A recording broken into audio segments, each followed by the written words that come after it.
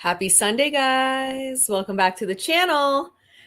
Are you guys mentally prepared? We're doing part 2. So we're starting with 2024. I wasn't joking when I told you guys I was wearing my chicken onesie. I am literally in my pajamas with my house coat. I moved a couch over here because I was like, I cannot even sit in an office chair for this. I am ready. I am ready for this. I have like the oils on my face to take care of my skin as I do on Sundays. This is like we're in it. Good morning, my friends. Hello, hello, Mel. Hi, Ruthie. Hi, P. Hi, everyone. So nice to see you guys. All right, so I wanted to start. I like the playbook, Ashley video, step by step, their tactics revealed. We're getting there, baby. My Trojan horse, because when I was making it at 4:00 in the morning, forgot the J. There's a lot there that I've been starting to pull. So I'm glad that you're enjoying the playbook. Another thing before we start with 2024, my friends, I was looking into it because yesterday, Coffee with Coffee in New York, I love it. We're all cozy. I have a chicken onesie on. I'm a crazy chicken lady. I have a ton of chickens. We're here for it. But then I was realizing that doesn't Justin wear like a rainbow onesie in it? I don't know. Maybe I'm just like channeling the good vibes for Justin and all of this. All right. So yesterday there was a lot of breaking news around Sony, the CEO resigning. I don't know if it's like related or not because I was looking into it today. And while that happened, it looks like a couple days ago was the big news. They were talking about it. It seems to be since last year, September. He said he was stepping down.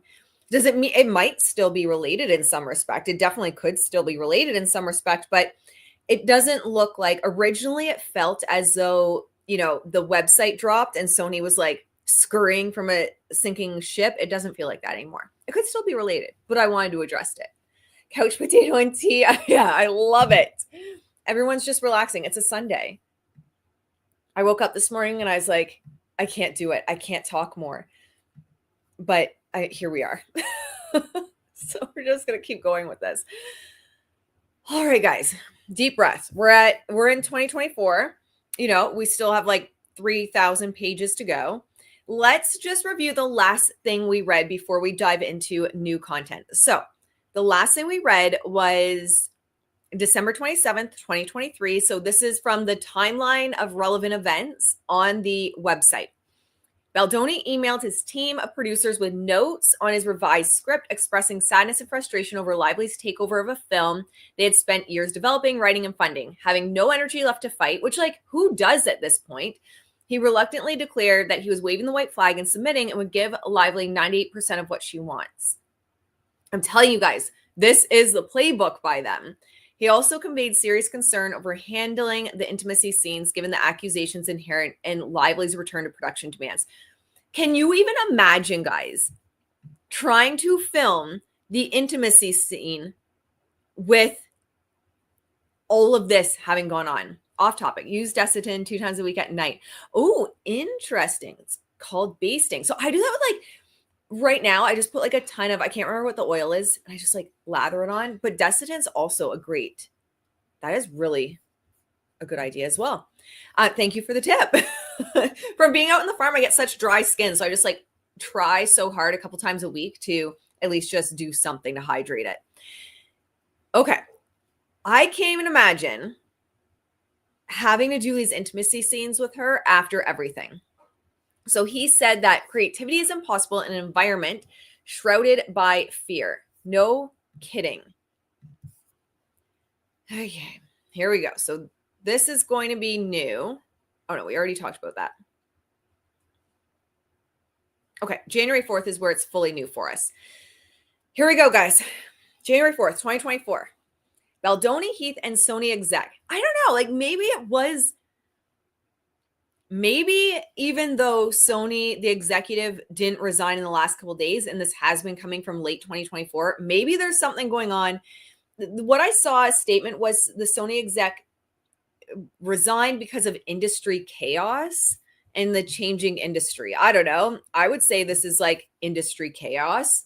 If you ask me, maybe it's saying what happened without saying what happened.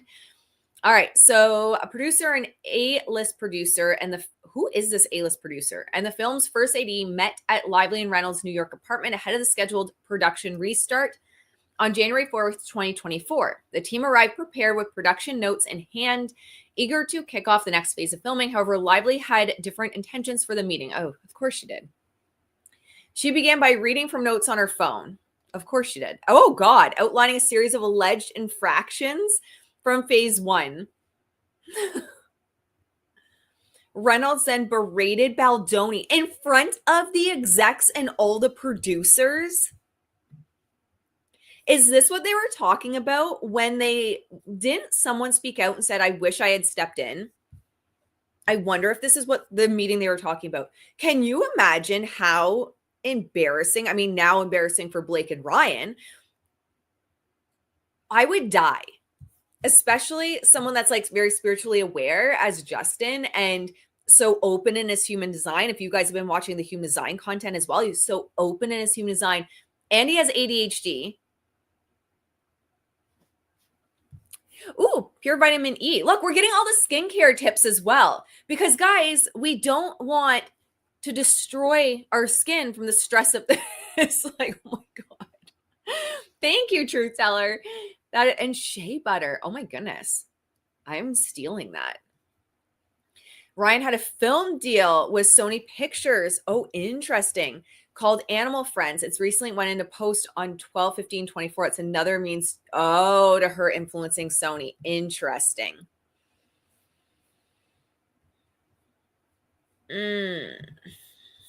See, this is why I'm in my onesie, my cozy onesie with coffee.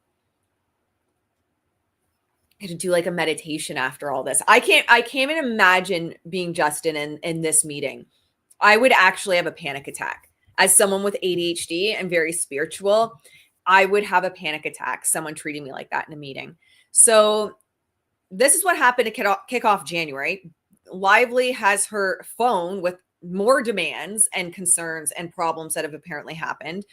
Reynolds starts berating Baldoni, which is in line with what TJ Miller has said about Reynolds being an asshole, demanding Baldoni apologize to Lively for actions that had either never occurred or had been grossly mischaracterized.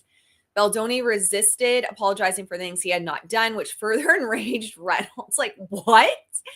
Everyone, including the new producer, Lively had requested to join the production. The Sony rep left the meeting in shock. Yeah, no kidding. The new A-list producer remarked that in her 40-year career, they had never seen anyone spoken to in such a manner during a meeting. Later, the Sony rep shared that they often reflected on the meeting and regretted not intervening to stop Reynolds' tirade against Baldoni. Well, you guys could tell I haven't gotten ahead without you guys because they answered that, but oh my gosh. Important note, though Lively's CRD complaint misleadingly suggests that the parties agreed to a list of 30 items during this meeting, many of the items listed in her complaint were entirely new, baseless, and never presented or discussed. The only document ever shared with the parties was a 17-point return to production demands, which had been introduced on November 9th, 2023. And I genuinely don't know what you do at this point. There was a budget on the film. You just need to get it done. I don't know. Like, what do you do at this point? I don't know. I feel really bad for him. January 5th, 2024. From January 5th to January 5th to February 9th, 2024, as Lively admits, filming concluded without any further grievances from Lively or references to previous disputes. The parties agreed to implement and follow the protections for return to production to ensure that the film could be completed, marketed, and released safely and successfully. And it was. Production of the film resumed on January 5th and concluded on February 9th. This film has been a resounding success. I can't even imagine. It makes his performance even that much more impressive to me. February 22nd, 2024, Baldoni starts his first day back in the edit bay with his two editors. February 24th, 2024, Heath and Baldoni are informed of Lively's request made through the A-list producer. Does anyone have tea on who this is? I'd be so crestfallen. Yeah, when I watched the film with this knowledge, I felt so scared. Yeah. I gave in and watched the film as well. I know a lot of people, and I so respect that as well, as being like, I can't watch it. I gave in and watched it, and this gives me such a whole new context to his performance. February 24th, 2024, Heath and Baldoni are informed of Lively's request made through the A-list producer to join Baldoni in the editing bay. And like, again, what do you do at this point? If she starts being a toddler and refusing to finish and refusing for shit to get done, what do you do? She also expressed that she had limited time before leaving to shoot her next film in April. Sounds like a you problem, Blake. If she could not be involved in the edit with Baldoni, she could not promise to promote the film. Sean Levy.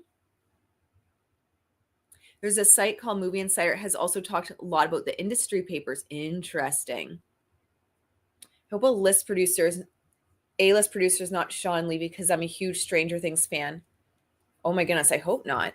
When is Stranger Things coming back as an aside? Huge Stranger Things fan as well. That's what I mean. Like, this community is the best. And also, it's just a bunch of friends hanging out, talking about what's going on, because I'm literally in my onesie, my chicken onesie.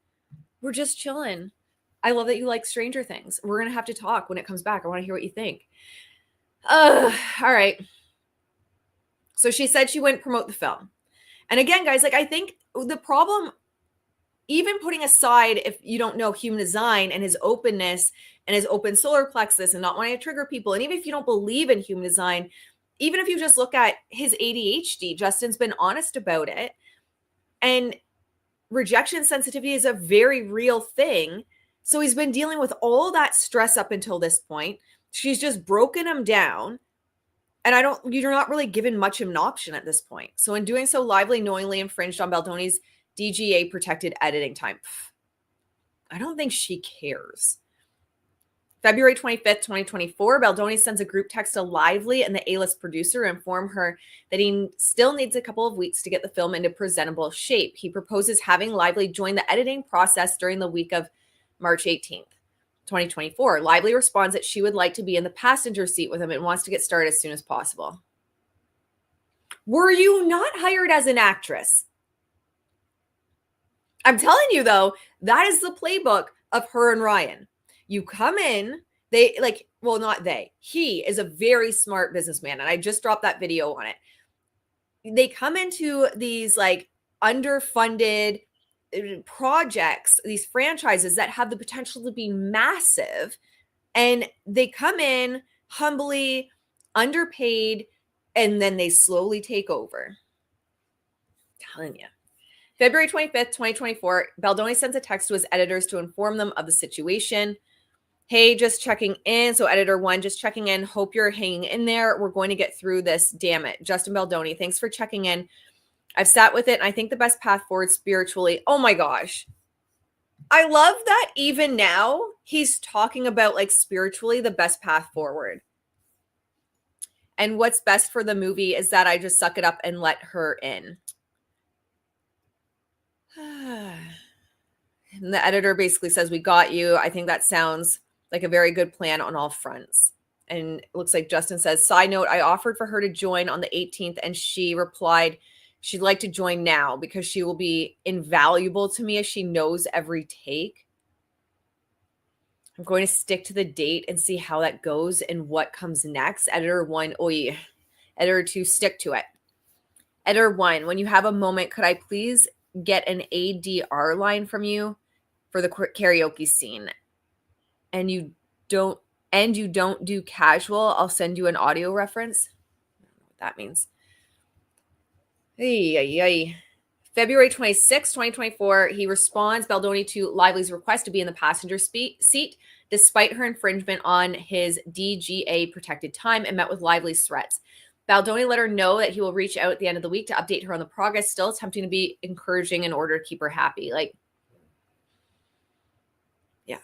Good morning, Blake, from Justin, A-list P. And I had a great chat the other day, and he let me know you'd like to come into the edit before you leave for your film. And I think it's a great idea. I agree that we work really well together. And with all you've put into this film, I completely understand wanting to give notes and have input before you leave for your other movie. With that, I started my cut on Thursday, so tomorrow would be day 3. The movie is currently all over the place, and I need a few weeks to get in some sort of shape to even present to you. What I would love to do is bring you in on the 18th and have us work together until you leave. Did I hear first week of April? Then once you're in Italy, as things progress, you can jump in on any free days or even on days you have a long wait between scenes. I'm also happy to send you progress scenes, etc., with any big changes that are made, as we all know that things change all the time during a cut. For me, the editing process is a time to try things and throw it all against the wall to see what sticks. It's my favorite part of the process. So once you take off, we can just keep you in the loop and send you stuff to the extent you want to see if we can get closer to locking picture. Thanks, Jay. Blake, hey, thank you for the note. I appreciate it. See, this is like the weird tone shift that happened all of a sudden during, like, she goes from joking with him and like almost flirty text to this like very, it's almost like love bombing that her and Ryan do in the beginning. And then it's like boom, boom, boom, boom, boom. Like, these are my demands. And you can see when you go through the timeline of events, you can see that very clear shift as you go through. Oh, thank you. So Blake says, hey, thank you for the note. I appreciate it. I'd love to be in the passenger seat with you as soon as possible. I don't need you to formally present anything. I understand you've just seen the first assembly and have a mountain ahead of you. I'll be invaluable to you. Yeah, sounds like it. And recall loan, as you put together what you're looking for. I've also been rewatching all the dailies, tons of nuanced gems. The sooner we put our heads together, the better. Very excited to dive back into the work. Let me know, B.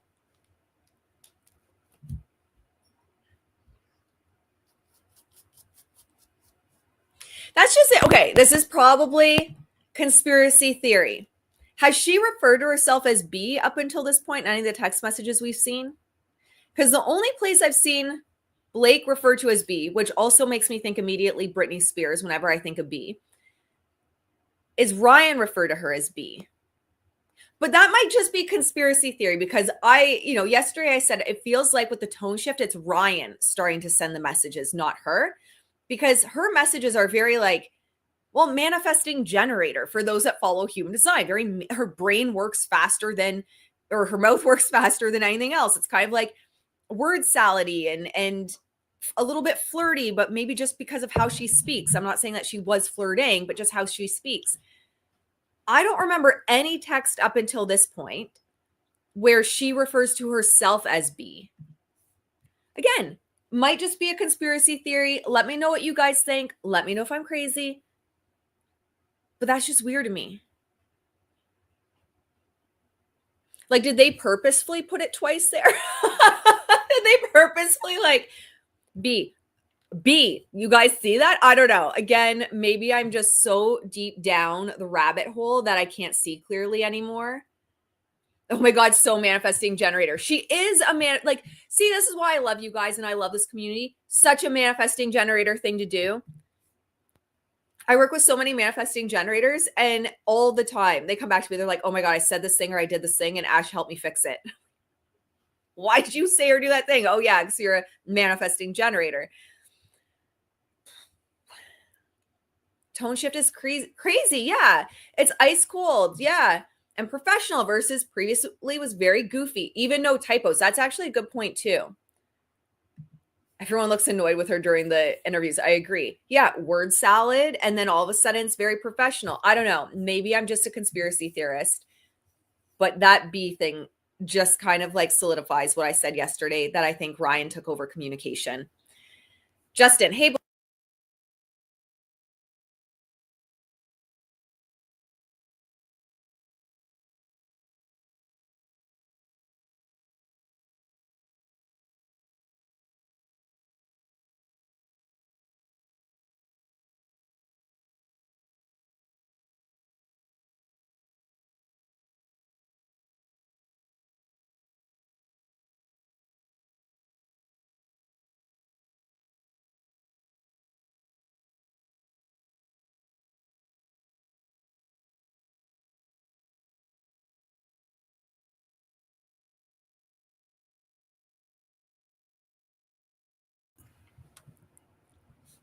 Can you guys hear me? I dropped my mic.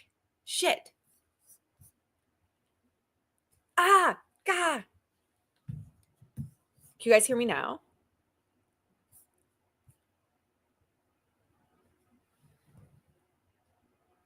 Shit, I dropped my mic and I think I broke my mic. I dropped it right before this call, right before I came on with you guys. Whoops-a-daisy, guess who needs to buy a new microphone? All right. I will keep an eye. Thank you for letting me know, my friends. I will keep an eye. I'm going to try and not bump it or touch it or even look at it. Perfect. Thank you, my friends. Thank you for letting me know. Okay. Yeah. So I dropped it upside down, right? I'm very clumsy.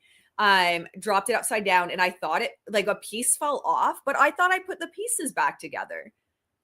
Apparently not properly. It's like me trying to put my mic back together before I come on live with you guys. Okay. I'm going to keep an eye on the chat. Thank you so much, my friends. To make sure it doesn't go out again, I'll just unplug it and we'll just deal with the Mac microphone if we have to. I'm sorry about that. But yeah, okay. So another thing that I was saying, I think when my mic cut me out, or maybe it's like black magic. Someone's trying to shut up everyone that's talking out about.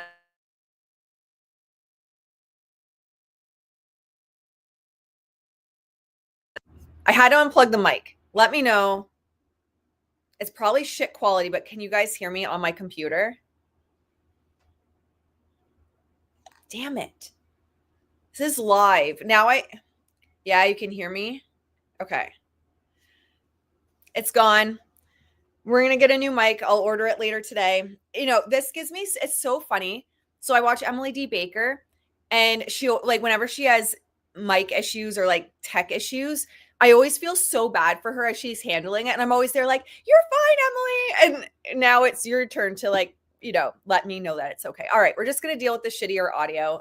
Obviously I absolutely demolished my mic. Okay. Back on track.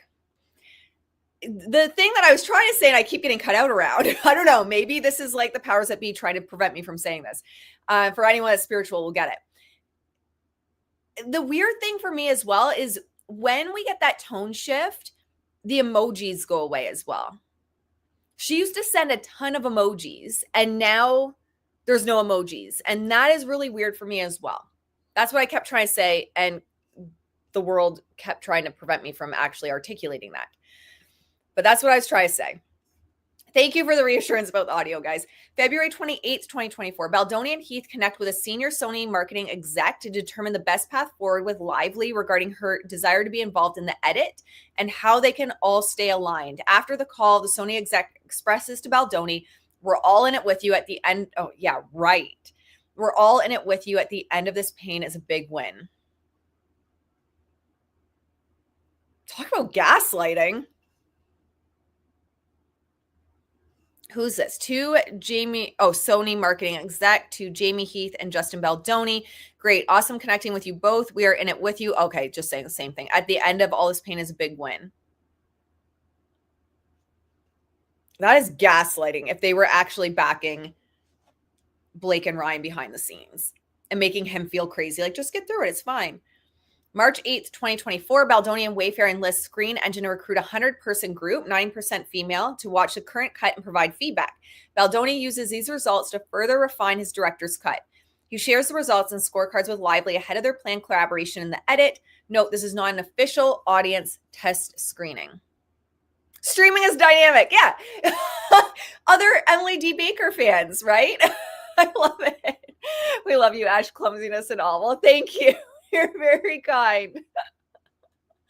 Oh my goodness. And I love, we have like 300 people hanging out and it's on the stream where I figure it's just going to be our core little group. So I wear a onesie to the stream. Hello, new friends. Usually I don't show up in a chicken onesie, but make yourself at home. This community is amazing. I am far from perfect. So technology goes wrong. We're professionals. You guys are all Emily D. Baker fans and the purple hearts. I love it. A bunch of law nerds. We're just nerds in general. By the way, you inspired me to learn human design. That makes me so happy. It turns out I'm a manifesting generator 5-1. Well, welcome, my friend, to the human design nerd family, 5-1s. I love 5-1 energy. I tend to attract a lot of 5-1s. I always joke that like my kind of raw grittiness sees the raw grittiness of the 5-1, and it's that mutual respect for each other. But I'm loving all the law nerds here. I love Emily's glasses. Sorry, off topic. We all love Emily here. I know there's been some controversy in terms of this case, but big law nerd fan. I have like law nerd merch and everything. So it makes me happy that I'm attracting some of Emily's community because I love that community and I'm part of it. Okay, March 8th. They've recruited, and now it's not an official test screening. They've recruited people. They're starting to test screen so that he can refine. March 9th, 2024, Baldoni shares the assembly cut of the film with Lively and informs her about the mini audience test screening. Justin says, hey, Blake, you should have the movie in your inbox. I'm very happy with where it is. Anyone else want to start a petition to get the director's cut? And I will die. And I really think Justin should do It Ends With Us, and in parentheses, Justin's version. Like, I am just dying for that. It may be petty, but I'm dying for it. So, hey, Blake, you should have the movie. See you Monday. Blake, can't wait to watch. Thanks for sending topics. Speak soon. Yeah, guys, I don't know. I don't think it's her making the messages anymore, but what do I know? Justin loved that message, and he says, hey, guys, just for your own edification, I hired Screen Engine to recruit a 100-person, 90% women group. Makes sense, 90% women. That's going to be, I imagine, the majority of the base for the movie of who they're targeting it to. To watch the cut I sent you, it played great and scored top 2 boxes with all females at a 90. Looking forward to Monday. Thanks, Justin. That's great, Blake says. Please send the full breakdown. Would love all scores as well as cards. It's invaluable info as we dive in. I don't know. It's just not giving me word salad.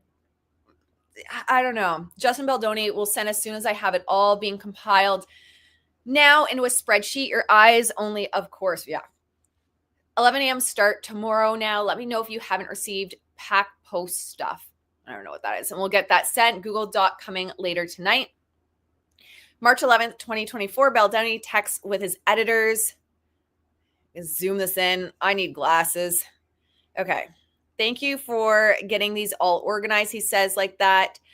Justin says, we should all hop when we can tomorrow before she joins. Whatever works for you guys. I let her know we tested. She's asked for all the cards and data as well. How is any of this relevant to her? Editor 1. Oh, wow. I was wondering if you were going to. I think it was the right call. The Best Defense is a great movie. I know we talked about an 11 a.m. start for tomorrow with Blake, which I think would be a very good idea. I think it's important until we meet with Blake before in the morning so we can launch her working on music while we're working with Blake. Also, she's fresh eyes, so we can talk to her about things that came up from the screening. Good morning from Blank. FYI, Blake started watching the movie at 8:30 a.m. today on PIX. She did not watch it this weekend. Justin, yes, she just texted she was starting. Editor 2, shall we meet in my room at 9? Justin, fist pump. Better to meet on Blank since she'll have access to yours just in case she comes on early. Editor 2, she doesn't have it yet, but happy to do that. I feel like no one enjoyed working with her, but how could you? Like, all these people were trying to like put together something special all these years, and she comes in like a wrecking ball. You don't want me to start singing. We should start a petition for his cut like DC fans did with Justice League. Oh, yes, we should. We should. Taylor had the original composer of the movie. This is just wild. Now I'm going to feel like it's just from watching it. I'm like, the audacity. It's wild. Yeah, your eyes only. Yeah.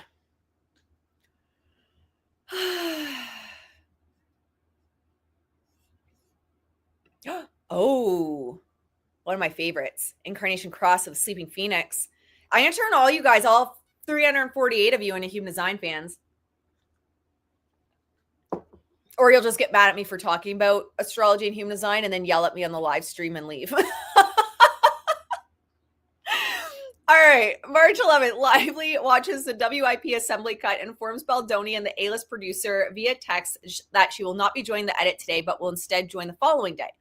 Blake, I'm starting the film now. We'll join when I finish. See you soon. Justin, enjoy. Just heads up. Music works great in parts and needs work in others. We are onboarding a new music supervisor and editor today. Exciting stuff. Enjoy. You're fantastic in it. Why is that? Are we just to assume that's Blake? It's all redacted. I just finished watching the cut. So happy. You all are really, really amazing in the film. I felt so much, super emotional and complex in a great way. I wouldn't call it complex. It's extremely watchable and engaging. Justin, loved it. I'm like heart emoji'd it. Blake, I'm not going join today. Let me know your timing for tomorrow. Okay, 10 a.m., Justin says. Like, she makes everyone else bend to what she wants to do. And then she's like, I'm not going to make it. March 12th, 2024. Lively joins the edit with Baldoni and his editor. She shares 7 pages of notes, which Baldoni and the editor spend hours implementing, despite Baldoni not agreeing with all of them. March 13th, 2024. Despite, I cannot, like, the day-to-day stress of this, I would have had a mental breakdown. Despite sharing 7 pages of notes and requiring Baldoni and the editors to incorporate them, Lively did not show up for day 2 in the edit with Baldoni. Heath checks in with Baldoni via text, and Baldoni shares the following. Oh, God, I cannot say my eyes are going to be. Oh, yeah, no, I'm sorry. I can't. Yeah. Jamie, he says, hey, man, did she show up today? Justin, no, I told her I would let her know. Ooh, yeah, I'm not going to be able to read that. It looks like he sent a bunch of screenshots texting back and forth with Blake. So she just keeps not showing up, essentially. Jamie, Heath does like the hands covering your eyes, which, yeah, we're all doing at this point. Justin Baldoni, it's a sprint. Someone needs to tell her. She doesn't get it. And I'm sure thinks I don't get the fact that she's not promising it until she gets what she wants.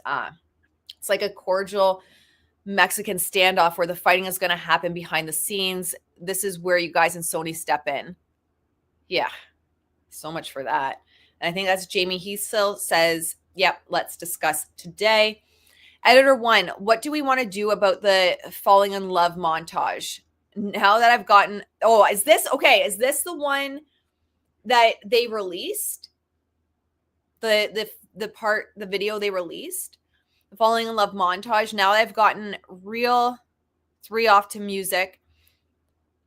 Sometimes, like, because these words aren't my normal way of speaking, I'm used to like speaking in spiritual terms. I'm like, it takes my brain a minute to process it. I got so good at translating raw uruhu from the human design system that now speaking like this, my brain just struggles.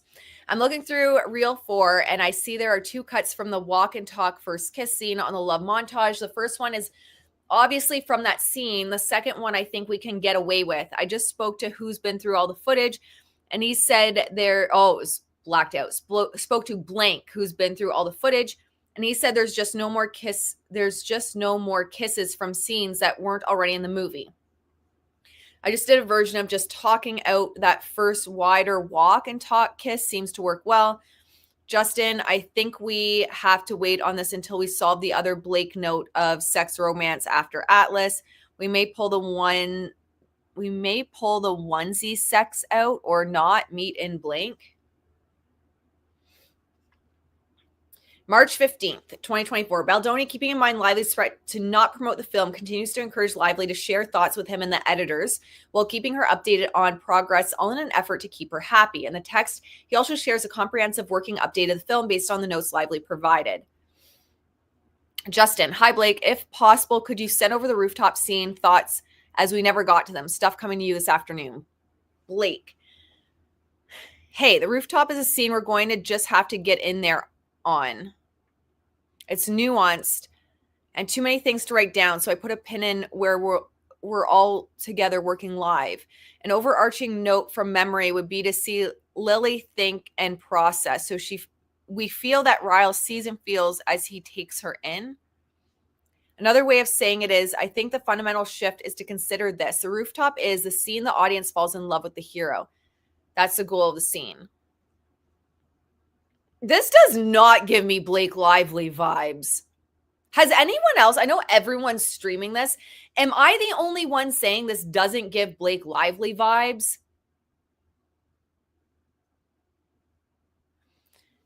Please do a collab with her on HD. Who? I missed it. Emily? If you're talking about Emily D. Baker, I would die. I would actually die. If you mean Blake Lively, I think Blake Lively and I wouldn't get along at all. We would not get along at all. But Justin Baldoni or Emily D. Baker, are you kidding me? I would die.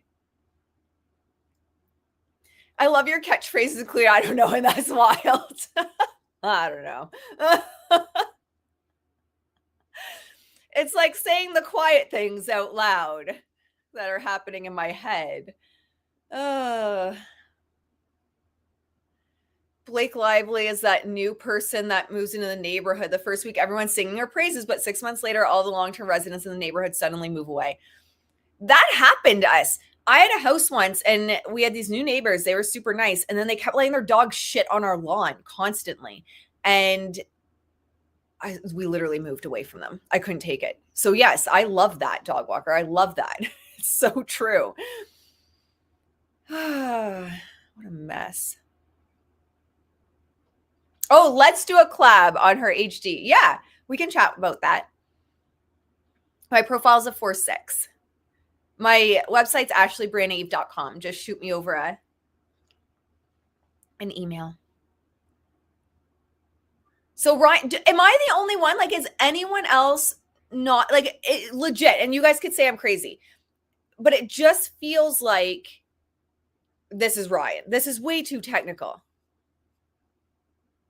Oh, yeah, maybe she was writing with somebody for sure. Oh, I like Andy a lot. Popcorn Planet.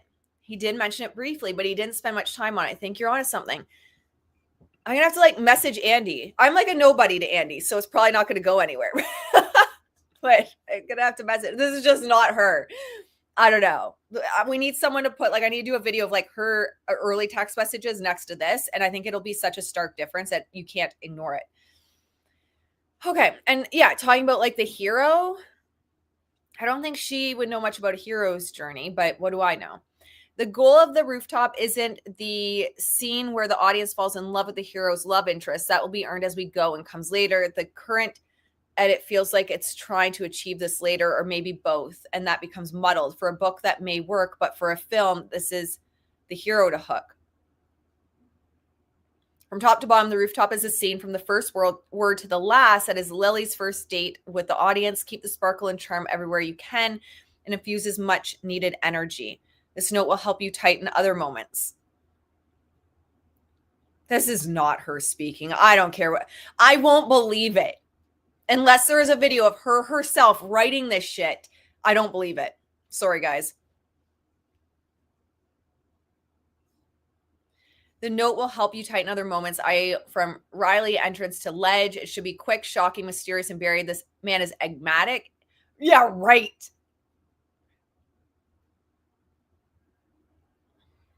To be fully explained later as we go. No wonder she can't talk about it in person, because how do you talk about this in person when you're not the one writing it?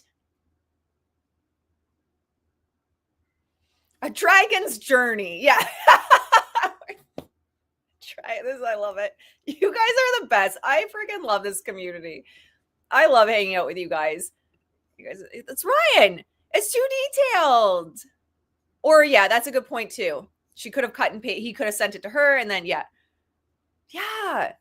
Guys, you guys make me feel so much better, because if I was by myself, I'd be yelling into the void, being like, "Am I the only one that's seeing this?" I agree. Scene was supposed to set the tone for the whole movie. Explains why there was a lot of disconnect through the film. The audience is supposed to fall in love with Ryle as Lily does. Yeah. I work in Hollywood and people do that all the time. Copy other people's notes and present it as their own. Interesting. We get so many cool friends here and community members here. The other day I was doing a tarot poll about the Chiefs and about the NFL being rigged. And one of our community members is connected to the Chiefs. And I was like, oh, Jesus, here we go. We have some cool community members and connections here. And it's just me on a Sunday in my chicken onesie, one woman show. Just, I'd be doing this on my own, but you guys enjoy it too. So we do it together. Blake Lively says, excited to hear how tonight goes. Good luck to everyone. I still haven't got the pics. If you don't mind pinging someone to remind, speak soon. Justin, great to hear from you.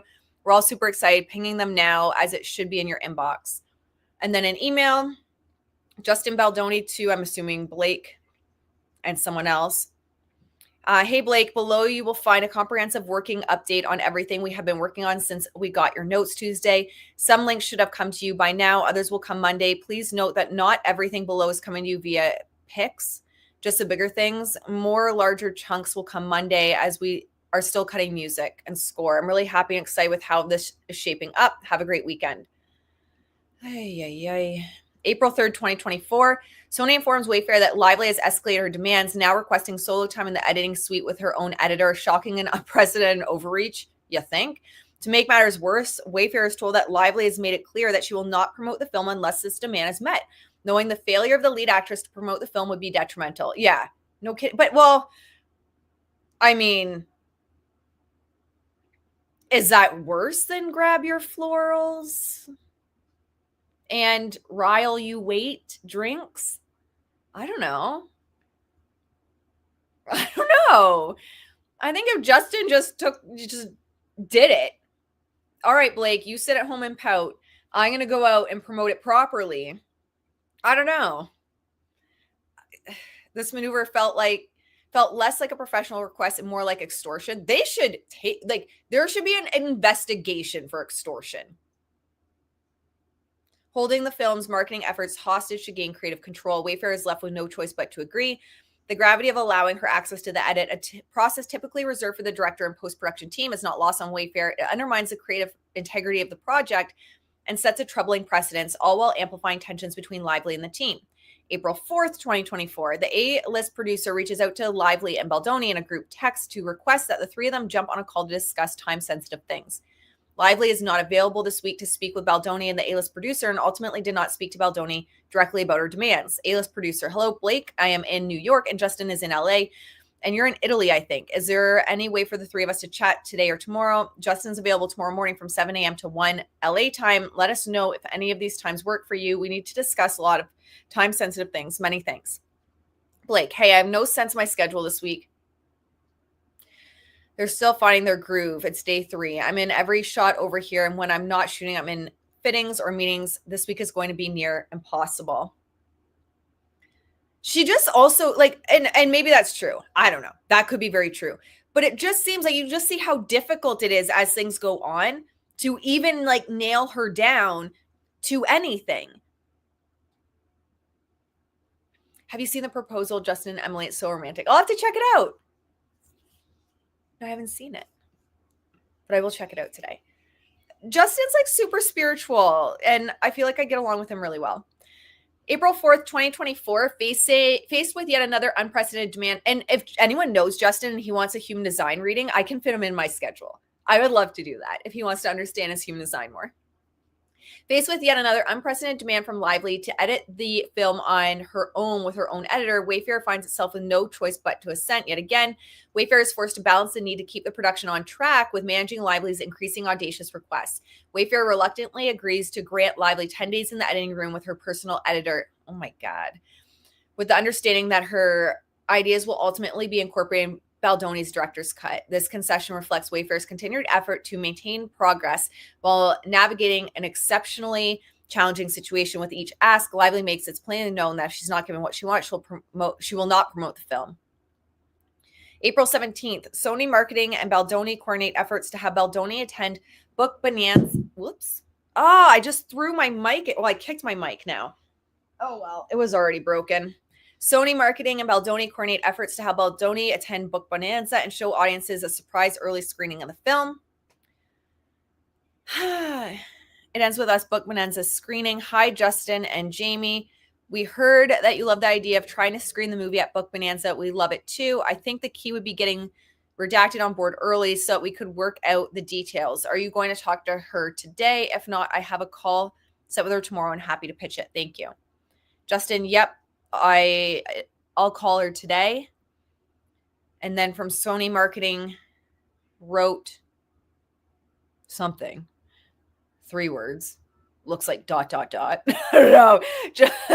Justin Baldoni to Blank. She's on board. She's going to have their event person join the meeting with you tomorrow to talk through logistics.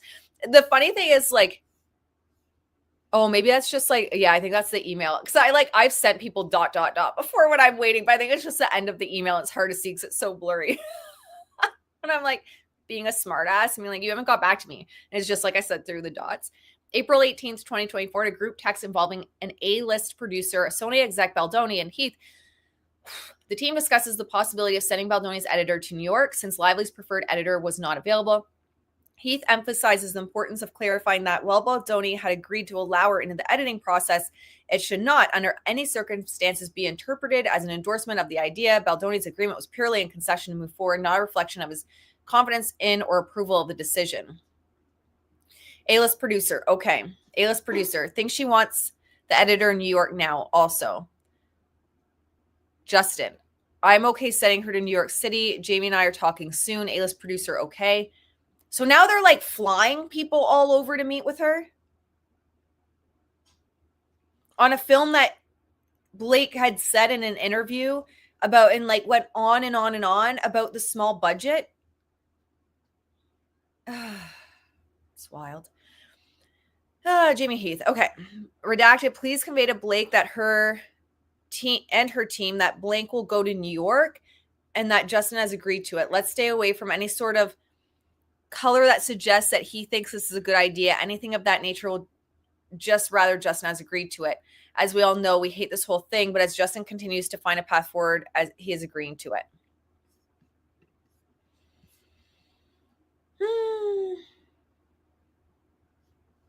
This is wild. Yeah, I agree. Too embarrassed to admit that they were wrong and Justin's innocent. I agree. April 18th, 2024, below our text between Baldoni and his editors discussing whether to have one editor fly to New York. Like, the fact she had the audacity in that interview to be like, I had to pull so many favors and it was all about calling people and pulling strings and favors because there was no budget for this. Yet she's like, you got to send people to me. She didn't care about the budget. She just wanted like her claws in this. Oh my God. Okay, thank you. April 18th, 2024. Blower text between Baldoni and his editors discussing whether to have one editor fly to New York and work with Lively in person or remotely. Ultimately, it's decided to fly the editor out. As the editor stated, I want Blake to feel like she's getting what she wants so we can move on from this need of hers. Editor 2, I can fly on Sunday or Monday, up to you guys. Justin, and would you prefer to be there or edit from home? Editor 2, I honestly don't have a preference. Editor 1, and so it begins. Justin, we could fly or we could push for you to stay home. It's up to you. Editor 2, both have pros and cons. I want Blake to feel like she's getting what she wants so we can move on from this need of hers. Like, for a normal person, I feel like you would be appalled and horrified and be booking your spiritual retreat of like a silent retreat for 3 months after your shit is so public and you realize how much of an asshole you are and how no one actually likes you. And they probably only go along with you everyone in your life because they're afraid of your husband. I would be on the phone with a spiritual ass retreat being like, I need a 3-month silent meditation retreat to fix myself. Like, I don't know, guys. Hollywood rule number 1, every asset you kick on the way up will be an asset you kiss on the way. That's true too. Yeah, I saw that. Justin got 320K. I saw that. I will have to pull the cards. We got like 100 pages still. We're going to get through this, but that is a great idea later to pull some cards. I agree. We will do that. Blake Lively literally came out of this movie and was a squatter. Literally. I watched a video of her and Colleen at the book event, and Blake Lively is obnoxious AF. Colleen Hoover lies and says Justin Baldoni suggested he play Ryle. Oh, what? There's like literally the messages that say she suggested it.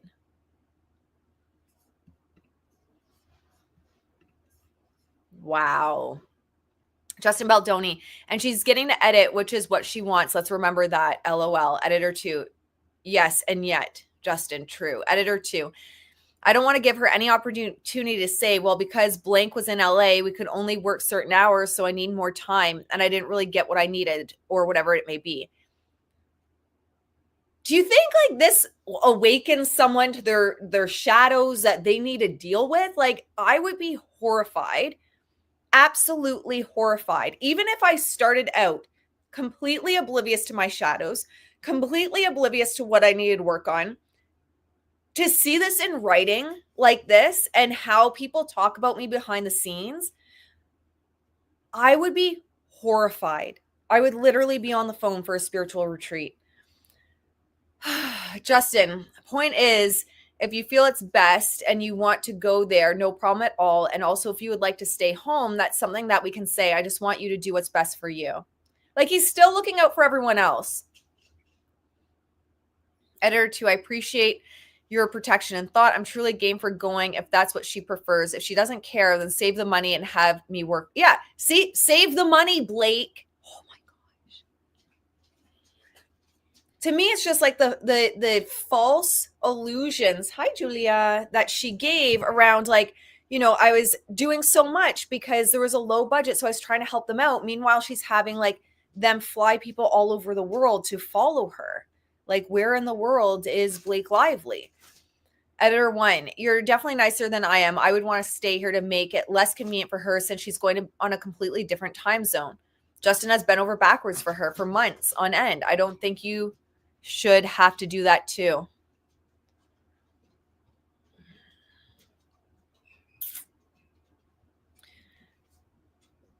Either way, you should do what's best for you, not her. Editor 2, man, it's like all the text messages. Do you guys think we get the videos today or Monday with court tomorrow? Do you think we get the videos? That's the difference between good and bad people. You're one of the good ones. I think everyone here is like one of the good ones. So we're all like, I can't even wrap my head around this. And even if I, heaven forbid, was blind to it, I'd want to fix it immediately. Like, I think everyone here is just so like good people. Like, everyone here just, we care. We don't want to be shitty people to other people. Like, it's just wild. Editor 2. Okay, Justice says, or no, sorry, where was I? Editor 2. So are we keeping the thrust?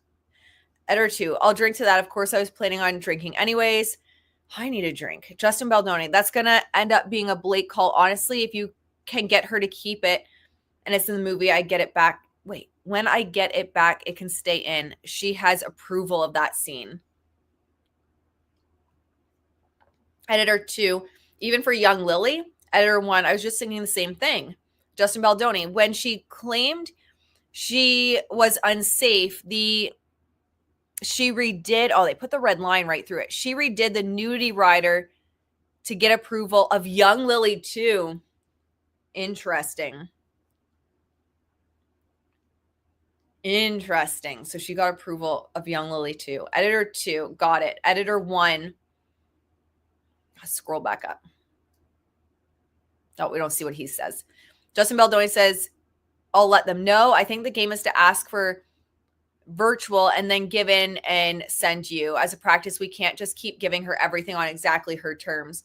Editor 2, like I said, happy to go. Also totally fine to stay. I can find the pros in either. Justin, appreciate you. Oh, no, I already did that. Oh my God, there's so many fucking text messages. I can't even keep track of it.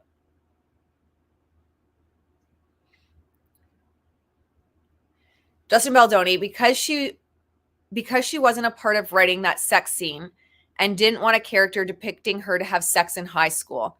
Honestly, it's all about control so she could get where she will be next week. All good. Ugh. April 22nd and May 1st, 2024, Lively and the editor work on her cut of the film at Wayfair and Sony's expense. So they've paid, not only did they have a limited budget that she kind of positions herself as the hero within because she pulled all these strings, but then she's putting all of this, but like, I don't understand all of this budget on Wayfair and Sony to basically cut two completely different movies. Not basically, that's literally it. In the meantime, Baldoni continues cutting his version of the film, all the while that video that was shared yesterday upsets me even more now. All the while believing that he will have the opportunity to consider incorporating Lively's edits at a later date. Oh my gosh, I have dog hair. It's making my face itchy. Editor 2, happy Sunday. Waiting for my plane. Blake is watching the cut tonight, and we start around noon tomorrow. I'll check in with you guys when we wrap up in the evening. Editor 1, sounds good, and safe travels. I really think something good might come out of all this. Should have pulled some cards for that. So far, every time the movie came up against adversity, it somehow worked out to make the movie even better. Why stop now? Did it though? Editor 1? I'd love to hear your opinion now. Justin Baldoni, it's going to be great, and you're the perfect person for the job. Safe travels.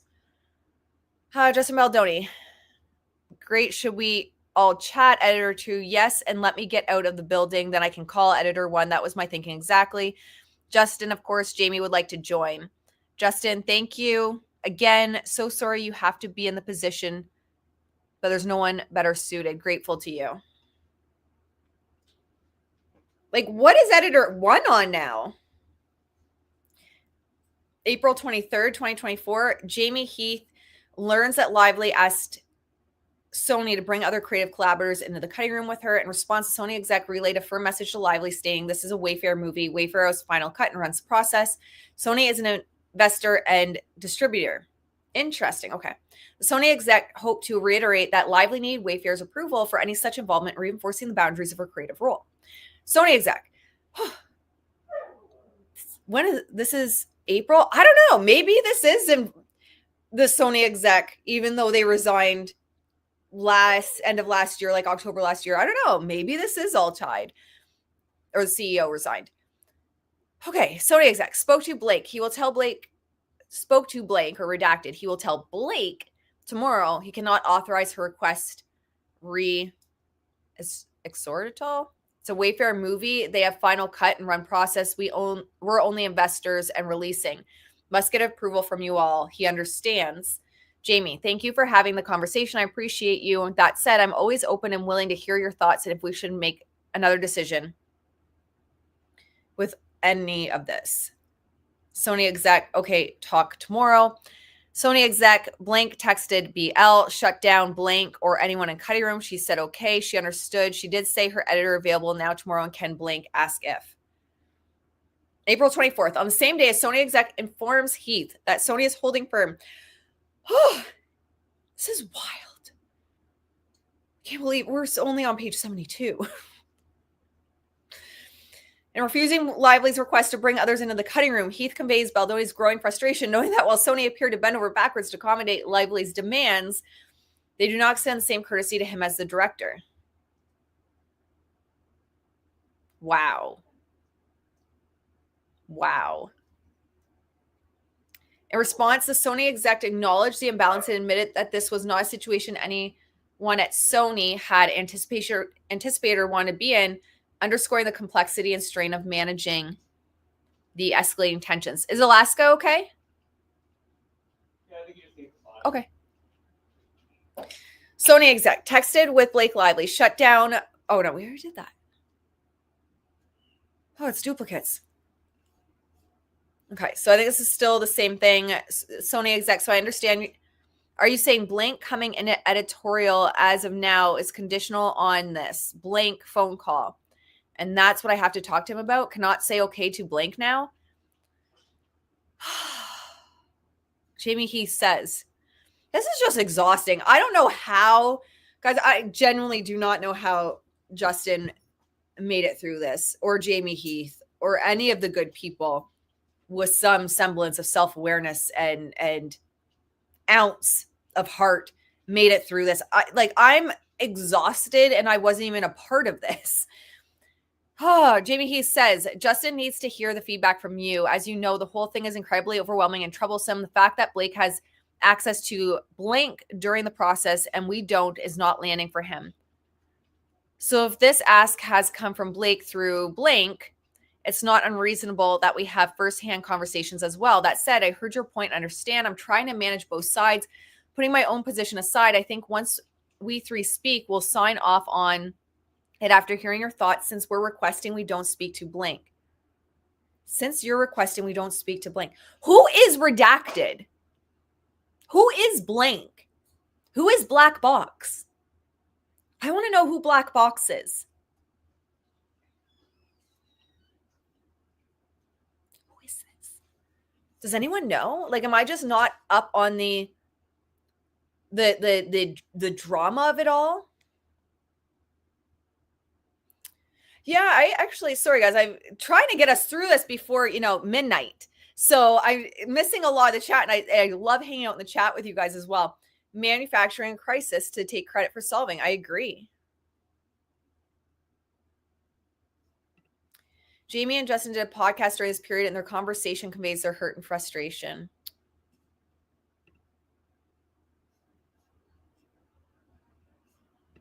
Yes, please like. I always forget. Thank you, Vanessa. You're always the sweetest. I just love you. You're always reminding people because I always forget. Please like. Please. We're just a one-woman show. We just hang out online. Please give it a like. All right, you guys continue the chat. You guys hang out. I'm gonna keep us rolling.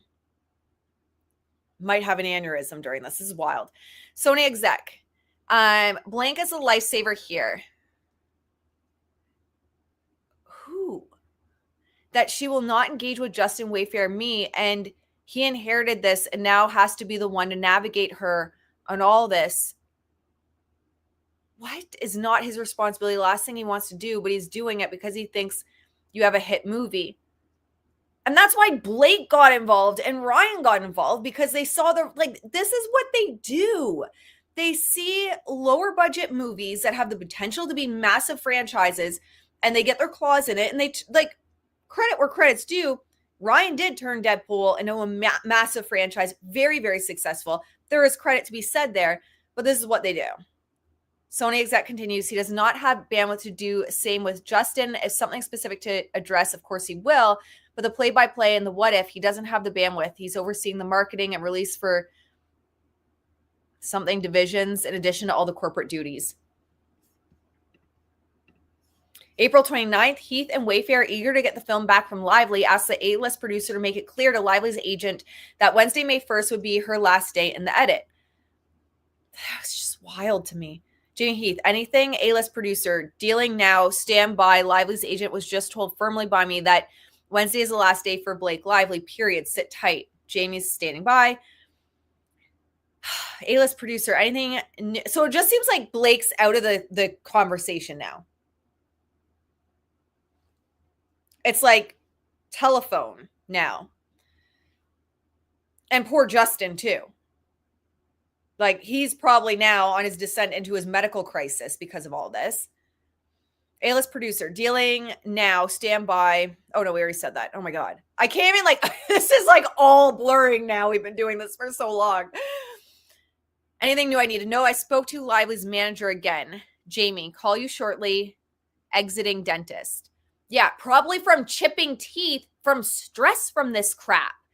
A-list producer, okay. Can you chat? Yes, give me 15 minutes. April 30th, 2024, still unsatisfied. Lively demands another extension of her time in the cutting room.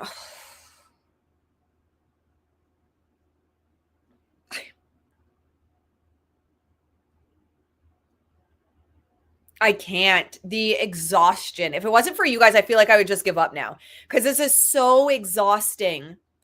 Thank you, guys. You guys are the best. Hit the like button, please, guys. Yes. Welcome to everyone that's new here. Usually it's not in a chicken onesie. I told you guys I was going to show up today if I did it in a chicken onesie, and I am here in a chicken onesie. Moved my couch in front of my computer to have something comfortable to sit on.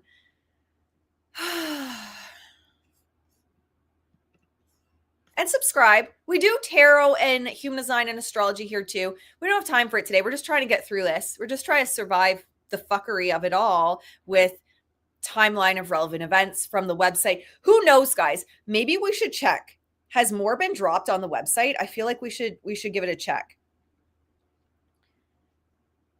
Someone give me a check. Someone check the website. Make sure there's nothing new dropped. We're going to read some of the texts. Or sorry, we'll skip some of them as we go, especially as we get more tired. Yesterday, we were reading like all of them at the beginning yesterday. And as we got closer to the end, it's just like, okay, we're scanning. 100% correct on this Deadpool fact. Seems they think they have a formula for taking over franchises. I agree. I think that's what it is.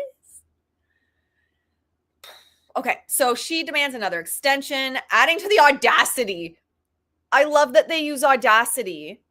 That makes me happy. Lively insists that Sony and Wayfair hire her personal editor, someone she's worked with previously, most notably on projects with Reynolds. Faced with the escalating situation, Wayfair considers granting the extension, but attaches a significant condition.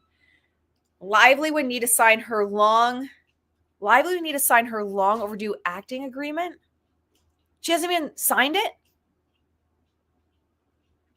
What? Wait, what? This document, which had been left unsigned for over a year, would prevent Lively from continuing to leverage her promotional participation as a bargaining tool. What? Wayfair's attorneys had been tirelessly trying to secure her signature, and this moment represented a pivotal opportunity to resolve the standoff. Heath clearly communicates Wayfair's position in an email to Lively's rep, hoping to bring an end to the ongoing impasse while protecting the integrity. And then there's an email. April 30th, 2024. Hi, Alaska. What's up, buddy? Heath is informed that Lively had told Sony Marketing that she would refuse to approve trailers, TV spots, and digital marketing assets of Baldoni acting. What? Okay, I got to slow down. I'm not going to go through this one fast. April 30th, 2024. Heath is informed that Lively had told Sony Marketing that she would refuse to approve trailers, TV spots, and digital marketing assets if Baldoni's acting credit appeared alongside hers. What? Hello. Welcome, my friend. Yeah, I'm getting anxieties over this. I am getting absolute anxiety over this and like starting to sweat. Oh my God. Oh my gosh. I love the picture of the cow, by the way. I'm such a cow fan. The one thing I want to add to our farm sanctuary are cows. That's the next goal. And they already consumed the budget. Yeah, and she hasn't even signed. I can't believe any of this. So she's trying to block the release of anything if his name's attached to it. I'm just at a loss of words. Faced with this leverage, Baldoni and Wayfair reluctantly agree to remove his name from the... That's sad. From the before or above title credits and trailers and related marketing cut downs. Wow. This concession is yet another clear example of Lively's ongoing effort to... But hold on. Okay, actually, finish the sentence. Ongoing effort to diminish Baldoni's presence and influence on the project. Are y'all still believing that she had nothing, she couldn't control the marketing for the film? So she couldn't control the marketing for the film? That's why it was grab your florals, but she controlled all of this? Something's not adding up for me. Hi, Julia. What are you doing? This concession is yet another clear example of Lively's ongoing effort to diminish Baldoni's presence and influence on the project. There's no creative or professional justification for his name to be excluded. Can you grab me my charger, please?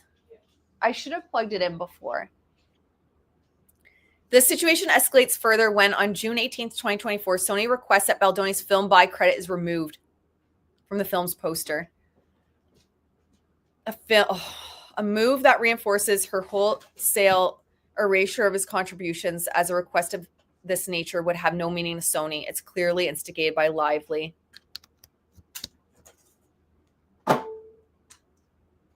May 2nd, 2024, while Lively is holding the film hostage in the edit room. She's simultaneously stalling the film's marketing by refusing to approve key materials, including the trailer release. With less than 3 months, I'm like sweating, and the temperature in the room hasn't changed. With less than 3 months until the film's premiere, Sony becomes increasingly alarmed about the delayed rollout of the trailer, a cornerstone of the promotional campaign. In a text exchange between Heath, a Sony film exec, and a Sony marketing exec who had just spoken with Lively, they informed Heath of Lively's still escalating demands.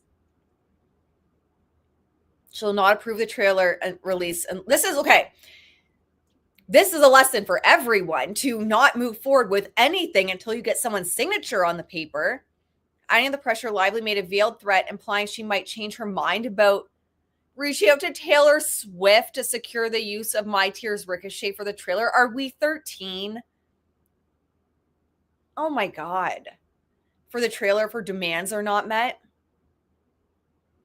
Like, I could see 13-year-old Ashley doing that. When he stands firm and refuses to acquiesce, the Sony marketing execs deliver a sharp and pointed warning. You don't want to play ball. You're going to delay and greatly hurt the movie. Good luck. This stark response signals that Sony, too, is beginning to apply pressure on Wayfair. Ooh.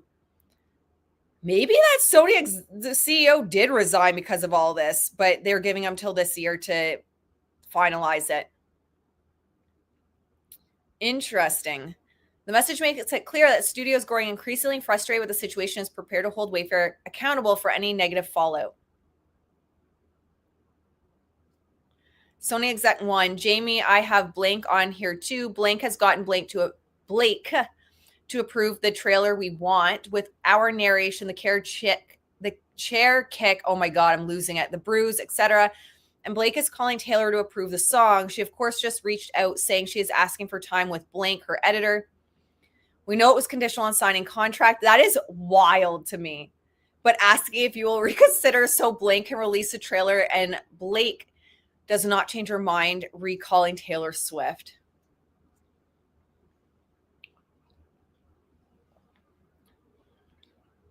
Jamie, oh my God.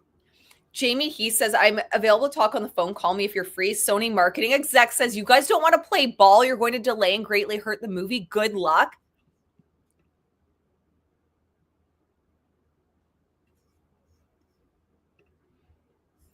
Exec sucks at their job. Yep. Terrible partner.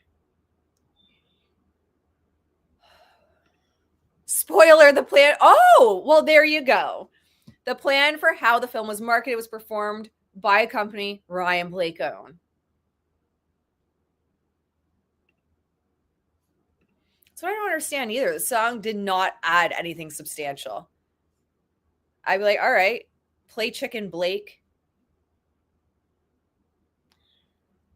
Yep. After all that, I am not as good of a person as him. There is no way on God's green earth that I would have. Sony marketing exec continues. Well, Sony, I genuinely hope your sales and your company are hurt after all of this shit, because this is ridiculous. And the internet hates bullies, and the internet loves underdogs. And so you are now one of the bullies.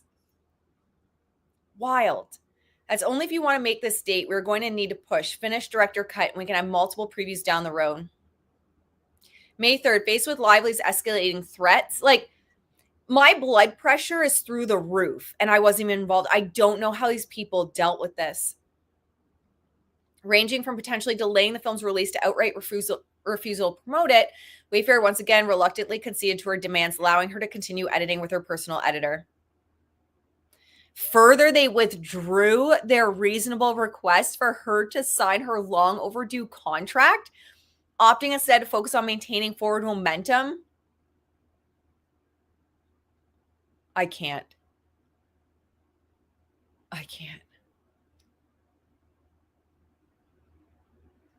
Anyone seen Bad Boys? Like, woosah. Like,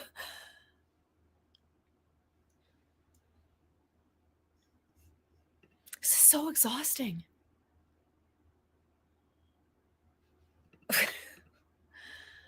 Yeah, and then she has the audacity to make fun of his nose. Oh my God. May 6th, 2024. Baldoni and Colleen Hoover host a trailer launch event at the Sony studio lot and shoot promotional content in support of the film.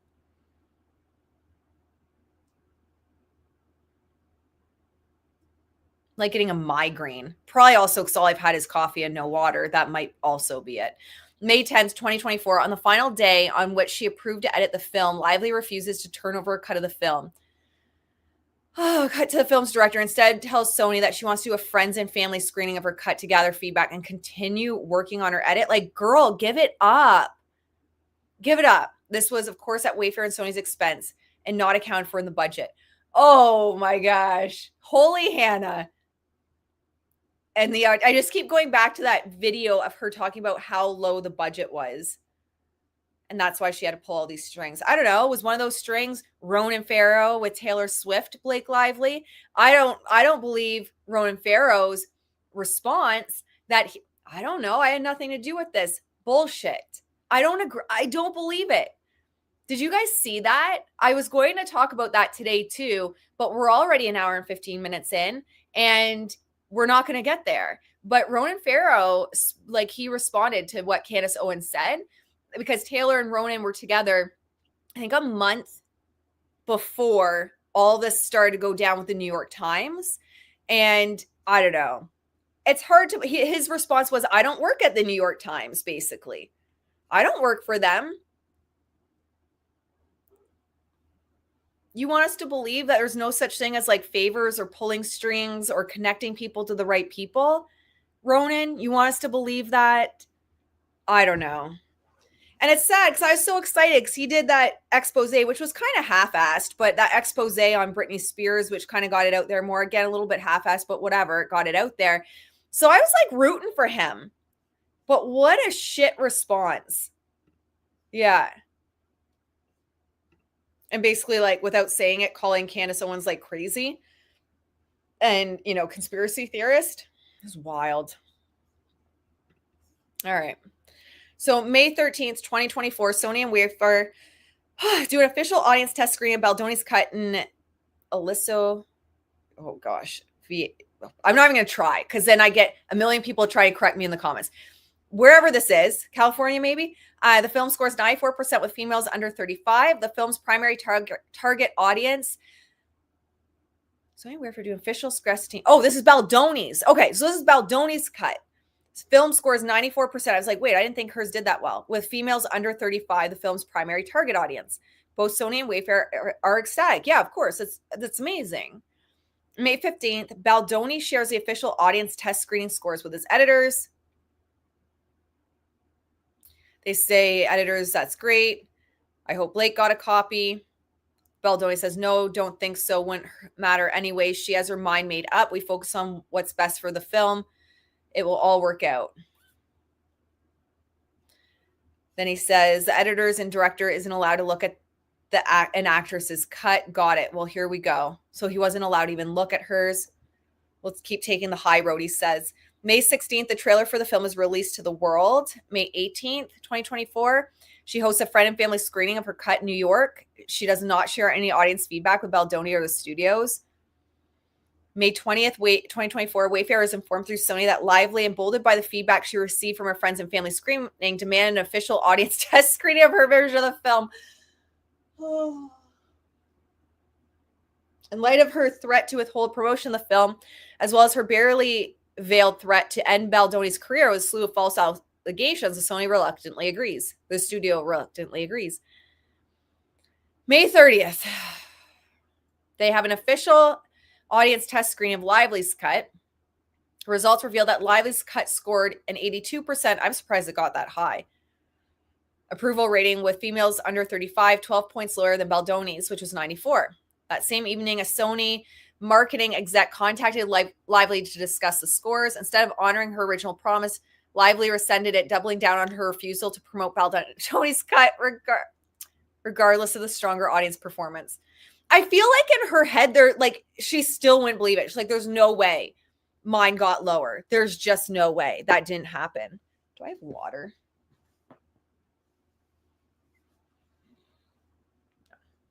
That's okay. We'll keep going. I'll just live on coffee until I pass out from a migraine. This is wild. So to make matters worse, Lively further asserted that Colleen Hoover would also refuse to promote the film unless Lively's cut was released. This claim was deeply disheartening, as a long-standing relationship with Colleen Hoover, Baldoni, and Heath was one of mutual respect, trust, and admiration. They provided the proof. No, they're not making it up. June 2nd, once again, Wayfair found itself with no choice but to allow Lively to continue her edit, effectively sidelined to sharing notes with Lively and her editor. Yeah, obviously she just want full creative control.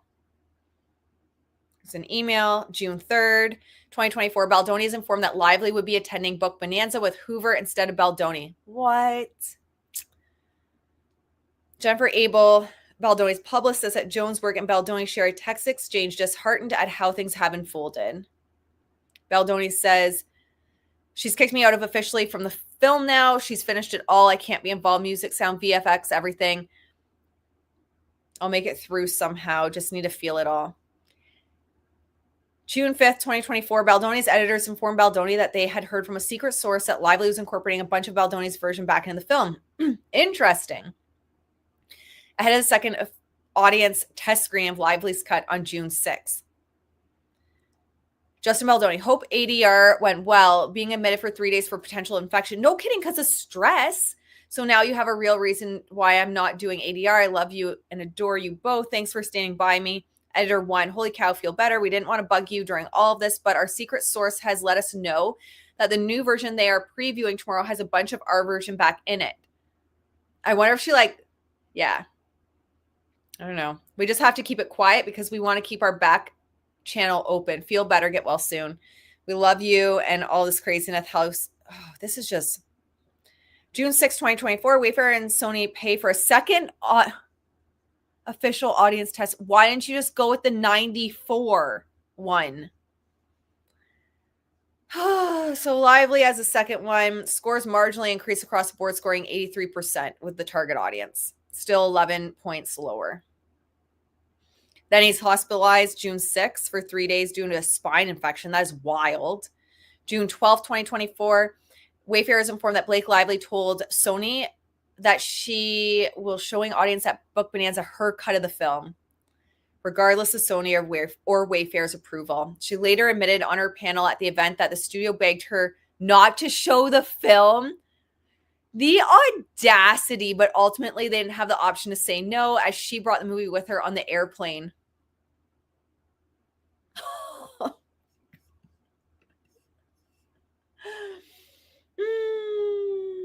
Yeah, Book Bonanza for someone that hasn't even read the book.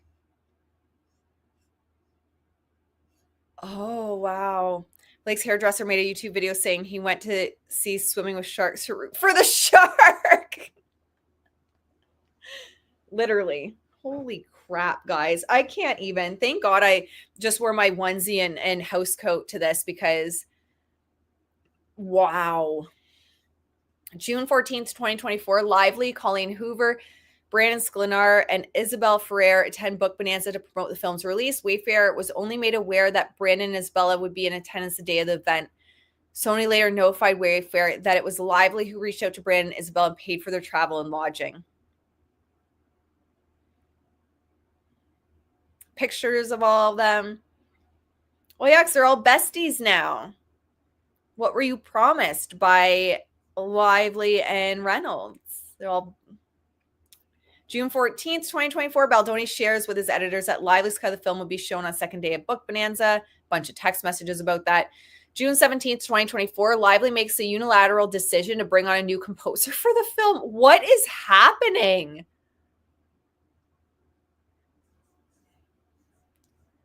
As a result, the original award-winning composer was let go despite having already completed the score.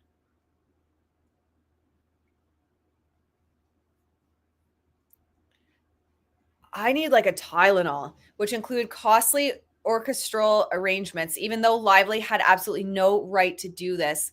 Neither Wayfair nor Sony were able to challenge Lively's decision despite the significant financial implications. Wow, paying out the original composer in full and shouldering the steep cost of hiring a new one. June 18th, 2024, Sony marketing requests that Baldoni waive his film buy credit. Oh my God. on the secondary poster so that only Lively's name would appear above the title. Further, despite having already approved a poster for the film, it was understood by Wayfair that Lively would not approve this new version, which Baldoni's name appeared next to hers, thus requesting that Baldoni's name was removed. I can't even with Sony anymore. I don't even want to see their stupid ass emails. Best. Ugh. June 18th, 2024, on the same day that Baldoni waives his film buy credit, Wayfair also reluctantly agrees to give Lively a producer credit on the film. So we already knew this, but now it's in context of like the whole picture of how everything went down. And now it makes more sense where they were just like, whatever, just give it to her, but we need this in writing. So we've already seen this email. This is when they finally just agree to give her that freaking mark. June 20th, 2024, shortly after granting Lively the producer credit, Heath was informed that Lively had reached out to Sony yet again, this time to ask that Baldoni and Heath write a letter on her behalf so that she may be considered to receive the PGA mark. Both Baldoni and Heath did not feel that her work warranted the PGA mark, a distinction highly valued and taken seriously within the industry. Well, it's just like a petulant child, like stomping her feet. She doesn't care that it's like, take it seriously. She's Blake Lively, don't you know? Met Gala queen. I don't know. I agree. Someone needs like spineless. Oh, yeah, Mel said it too. Spineless. All of them.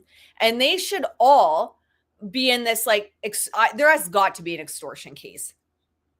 I said in the astrology this year, I was like, Hades and Kronos, the positioning and where it started out at the start of the year, I was like, watch, public figures are going to fall. Justin might be the one to take down this like organized crime ring, including Taylor Swift. I don't know. It's really hard to like wound her brand, but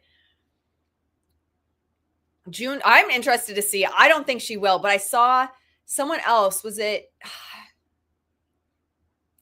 I don't want to name a name because it might not have been, but someone else at streams had said maybe Blake will show up with Taylor at the Super Bowl. I can't see it. I think Tree Payne would have an aneurysm if Taylor did that, but who knows? June 20th to 24, Abel, Baldoni's publicist, emails Sony marketing team to inquire about a content shoot that Lively seemingly coordinated with Maximum Effort, Ryan Reynolds production company. So Sony at the time of the initial outreach by Abel was not aware of the plans for the shoot, which were planned for June 27th to 28th. Later, Sony attested to the fact that Lively and Maximum Effort were running the show. A bunch of emails.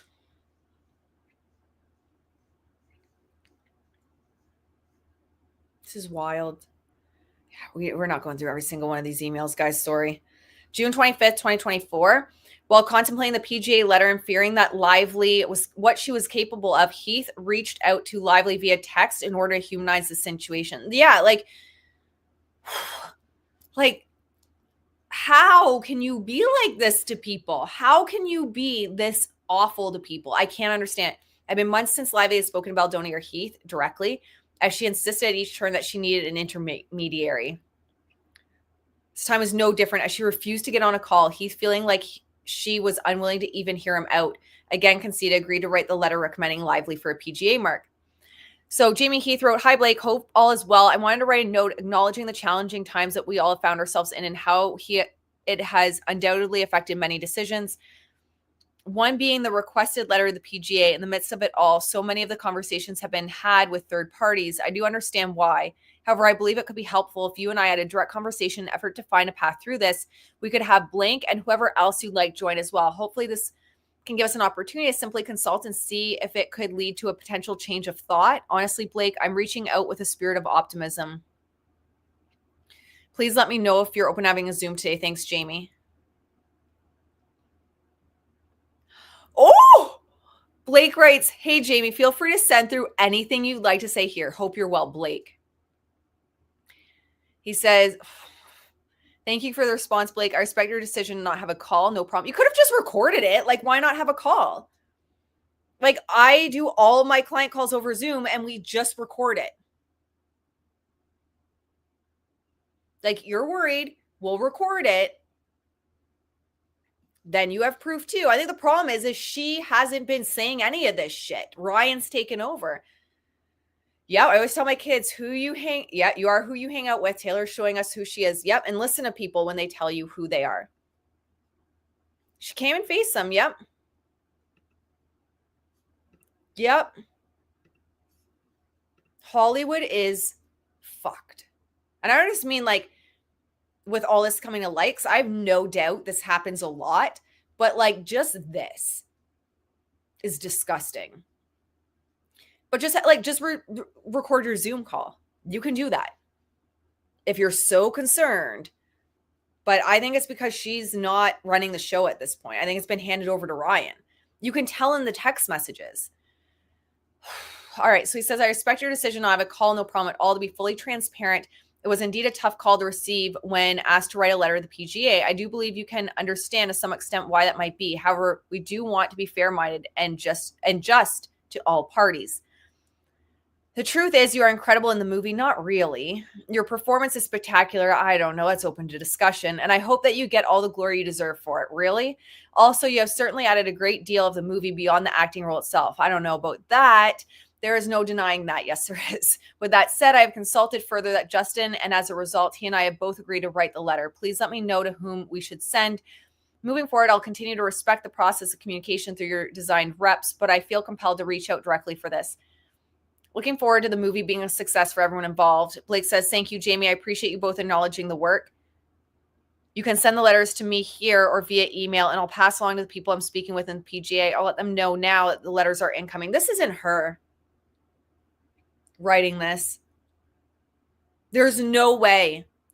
Last time she talked about how it meant so much for her to be recognized for her work, it was word salad about like, no one recognizes me and all the emojis and all, like, I don't believe it's her. Yeah, it triggers me. I remember entitled coworkers who used to bully me at the office. Yep.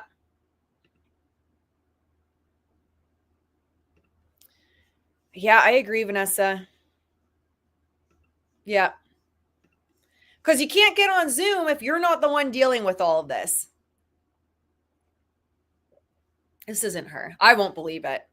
I don't even care if she comes out and says it was her. It's not her. June 26, 2024. After many conversations and once again feeling trapped, Baldoni and Heath write a letter of recommendation to the PGA on behalf of Lively. I love that they keep saying this word extortion. Say it. Say it with a full chest. It is extortion. He simultaneously wrote a letter to the attorneys deriding the extortion by Lively. Because that's what it is. Wonder what extortion jail time looks like. Lively and co. Merry band of psychos. This is wild. Oh, I'm not reading that. It'll give me an aneurysm. June 28, 2024, Heath, the CEO of Wayfair, expressed to Forbes on June 28, 2024, his high hopes for the film. The article would be released in August. So he says, I hope that people leave the theater feeling inspired, that for those who have been hurt, that they feel seen and the story was told in a way that honored them. I feel like people who may in themselves as someone that may hurt somebody may think twice about it. So I hope that people leave feeling that they got a glimpse into a world that oftentimes we turn our eyes away from. I worked in a domestic violence shelter. Like I just can't. It's too formal in tone. That's Ryan. Yeah, she comes across very bubbly and ditzy, and then all the emojis. Yeah. The industry roasted depth, the media twisted the narrative. I watched every second of that trial. Oh my God, you and me both. I was captivated. I was abused and beaten. Yep. I don't have a son. I worked with youth and children in the counseling field, but I don't have kids. I can't imagine raising a son these days. I can't, honestly. Yeah, if she came on Zoom and was questioned, she'd have a response with a blank look, or she'd be like this, 1 sec. Like, or an earpiece in or something.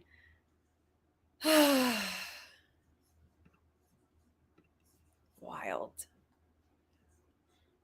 June 28th, Lively and Reynolds company maximum effort organized a content shoot for the film's promotional campaign with the entire cast. But she had no control. Do her lawyers and her even know what the truth is? I'm not American. Is it not a lie or like illegal for lawyers to lie bold face in documents? I don't know. I mean, we also have our own problems over here in Canada. So I'm certainly not saying Canada's got our shit together. We've got problems out the wazoo over here. But I'm just saying, like, that feels as though if they knew, or maybe it's just because like clever wording, or they, never directly addressed it. Like, what? Oh, I was just told. That's how I was told to market the film by your company that you own.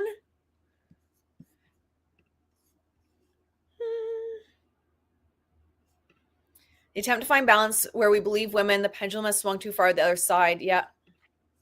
I feel bad. I have a lot of friends that have sons, and they're all concerned about like that pendulum. It's hard. You want to believe victims because you believe people are inherently good, or at least I like to, and I feel like this community would like to believe that people are inherently good. But people use that to manipulate, and people use that to get ahead in life and to destroy people. And all this does is destroy the chances of real victims being heard and believed. And that is heartbreaking. So these nuts staged all this under their company. Oh, they later posed for seemingly staged paparazzi photos before having dinner together. Yeah, just like Ryan with his like fans wanting autographs. Like, these people walk around all the time being seen. That's like what I always say with Taylor Swift, and the Swifties get really pissed at me. Is, if you see Taylor, it's a pap walk. Like, she wants to be seen. Taylor gets around 200 days a year without being seen. If she's being seen, she wants to be seen. I agree that this looks like a staged ass pap walk. All I can hope, this is my hope, and maybe this is naive, but I'm just going to say it. My hope is characters, people like Brandon or Isabella are coming to their right mind, and they're helping behind the scenes without saying anything like publicly yet. And that's why we haven't seen anything public. I'd prefer them just like making a statement public, but okay, they hide behind on information and belief to claim they're, with what they heard, not the actual truth. Well, there you go. Yeah. Oh, good point. That is a great point, because it seemed weird in the beginning, right? Oh, yes. It seemed weird in the beginning when we were getting just snippets. Like, why is Ryan always there as her representative? It didn't make sense. And then people were like, maybe it's because it's her husband. That makes sense. That makes more sense. Encourage you to watch Read the Girl on the Train. The book is better than the movie. Interesting. I'll have to watch it. I will add that to my list. I feel like I need water. Give me 1 second. I can see if my husband's in the house.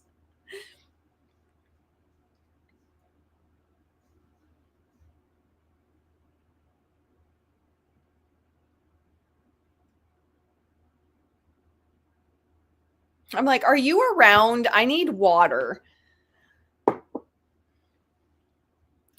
All right. So July 1st, 2024, he was completely locked out of the film's final cut.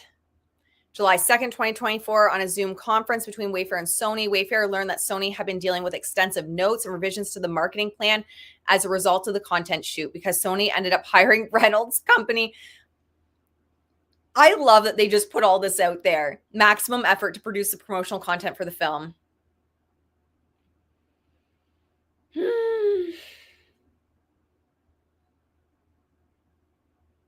I just can't. Despite my blood pressure is through the roof. Despite ultimately approving this, Wayfair was told that Sony was not allowed direct access to the footage, which they had paid for. The shoot included the cast baking cookies, flower arrangements, ironing patches on jeans, and other quirky ideas that completely missed the point of the movie. Oh my God. Skirting the issue of domestic violence entirely to the detriment of all those involved. As noted in the email, Sony did not have much opportunity to get involved in the shoot. The text, Blake Lively, max effort is on board to help as much as or as little as you want. Let me know. She makes it seem like it's like some unbiased company. We have a great group over here who can help supplement and do the work that Sony won't, so we can just hand it to them between our collective resources. Justin says, haha, my kids are in the jinx phase right now. I'm going to push to higher max effort. Blake, but all is led by me and Ryan and Blank, so we'll make sure to weed out any lame ideas. They don't need to hire. Justin, part of why I don't want to die on this hill. Ooh. Blake Lively, it's me and Ryan and Blank. Who's Blank? I want to thanks. I'm sorry, guys. I need some water before I pass out.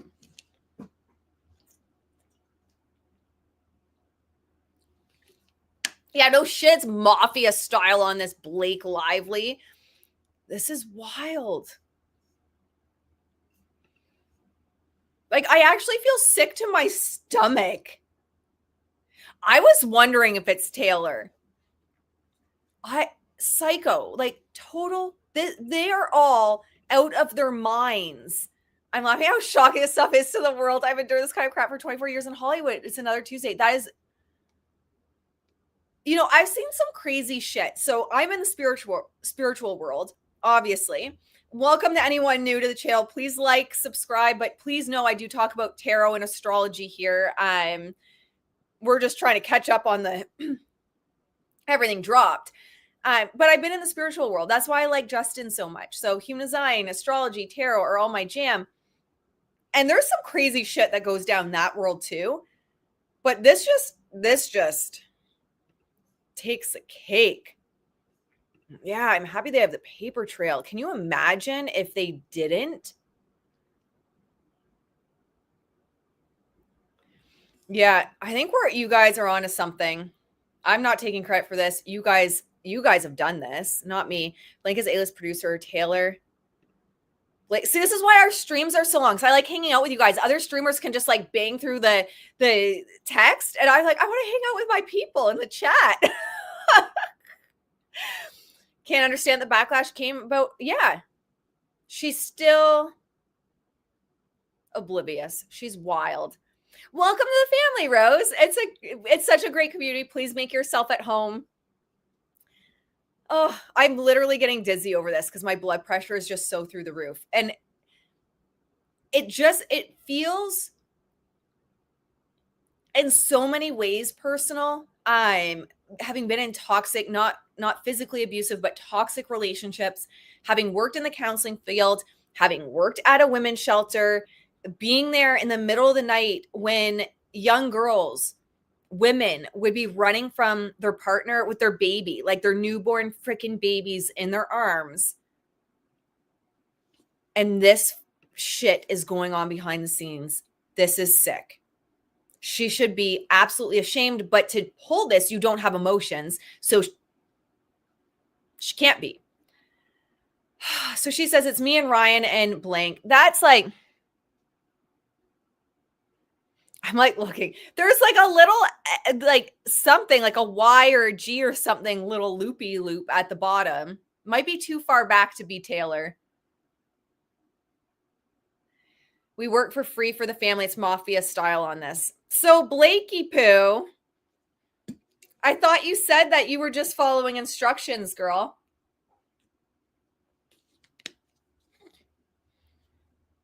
Better be a good ass vacation. Because, Wayfair Marketing, another email, July 10th, 2024. While dealing with the Baldoni's mounting PR headaches, no crap, Baldoni's publicist, Jennifer Abel, was also dealing with a difficult working relationship with her employer, Stephanie Jones, founder of Jones PR. The tension between Jones, look, I'm like wearing my house coat, my chicken onesie. I've got dog hair because there's dog hair attached to this. I've never in my life streamed in my pajamas and my onesie, and this is the most people because it's just a teeny tiny channel of me just talking about things I like to talk about. Of course, it's the time that it's one of the biggest streams I've had. Okay. This is wild. So this is where I guess stuff starts to go down with Stephanie Jones and Jen Abel. So this is July 10th.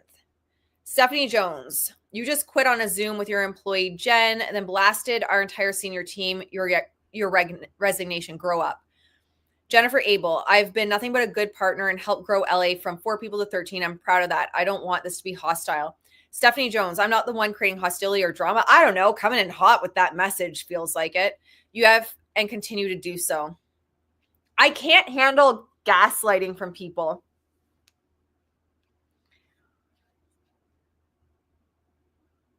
Like, who here hasn't been like had a bad, just like left your employer and been pissed about it? Like, get over yourself, Stephanie. No one senior behaves like this. It's reactionary, dramatic, and immature. Sad. These text messages are dramatic and immature. Sad. And I have been equally good to you. No one else would do for you what I've done. You'll see. Your behavior is appalling. You'll see. Is that a threat? Want to talk about dramatic and immature? Feels like a threat. I have my onesie on too. See, this is a perfect community. Yeah, most often, honest description of Hollywood. Feels like it. I just feel sick to my stomach. Yeah, I think anyone who's been the target of bullying, harassment, narcissistic abuse can relate to Justin and what he's endured. Thank you for everything you've done and the many opportunities. So, like, Jennifer's still being just, like, cordial, like, whatever. Jennifer Abel to Stephanie Jones. My resignation per my call right now with Stephanie. I want to thank everyone for the incredible support and opportunities over the past few years at JW, and I've made an unfortunate decision to resign. I'll stay as long as needed for the transition to ensure teams and clients are supported. July 11th. This is just never ending. We're only in July. In anticipation of an in-person interview with a national publication that requested to follow him for a day in the life piece, Baldoni reaches out to post-production house working on It Ends With Us to find a time for him to come in for a few minutes and do a mock coloring session. I need like the therapy coloring books right about now after going through this. At the time, the coloring was nearly complete. However, when Lively was informed of this fake coloring session, she was incensed and demanded that Sony intervene and stop the interview from happening. Sony obliged, for the love of God. July 15th, 2024, Wayfair is informed that Reynolds contacted Baldoni's personal agent at WME. During the call, Reynolds escalated his attack on Baldoni's character, calling him a deranged predator. Baldoni's agent relays to Wayfair that he did his best to reason with Reynolds and challenge the absurd claims, but Reynolds was unwilling to consider any counter-narrative. Reynolds reiterated that Baldoni should not attend the premiere on August 6th, saying no one wants him here. No one wants you here, Ryan Reynolds. You're not even in the movie. When Baldoni's agent shares this conversation with Baldoni and Heath, both are disturbed by Reynolds' continued efforts to damage his reputation. No shit. July 17th, 2024, Baldoni attends Lily Bloom's pop-up shop at West Century City to promote the film. Following the pop-up, Jones contacts Abel to check in. Abel shares that Baldoni is struggling and under immense pressure. Baldoni is dealing with Ryan Reynolds, calling Baldoni's agent, saying what a horrible person he is. Text messages to prove it. July 22nd, 2024, Lively, Reynolds, and other members of the film's cast attended the premiere for Deadpool vs. Wolverine. At the after party, Wayfair was informed that Reynolds approached a senior exec at WME and expressed his deep disdain for Baldoni, going as far to suggest that the agency is working with a sexual predator. But he had nothing to do with it, guys. July 23rd, 2024, Sony informs Wayfair, the studio financing the premiere and most of the film, that Lively had demanded that Baldoni, Heath, and Wayfair refrain from attending the New York premiere and threatens a cast-wide boycott if they do. July 24th, mindful of the potential premiere boycott and not knowing what Lively and Reynolds were planning to do if Baldoni and team attended, Abel emails the Wayfair team requesting Lively's November legal letter, correctly assuming that Lively would try to use the letter against Wayfair. Well, they called that. They knew she was going to use that 17-point checklist against him. Jennifer to Abel to Jamie. Great, thanks. A quick follow here. We received the letter via the Wayfair team, so we're going through it. It's a list of her demands, not grievances, but still helpful for us to have. July 24th, later that morning at Wayfair's request, Abel contacts Jones for crisis PR firm recommendations to represent Baldoni.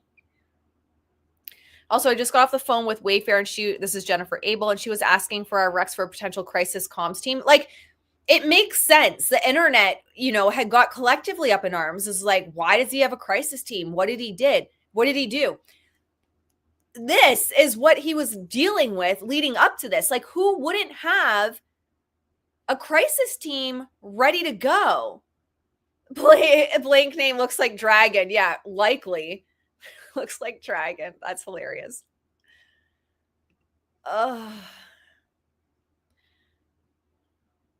Page 6 had the best article. They said Ryan was leaving for vacation. The doorman thought Blake was in one of the extra luggage suitcases because it was so heavy. Probably taking a page from Taylor's book of hiding in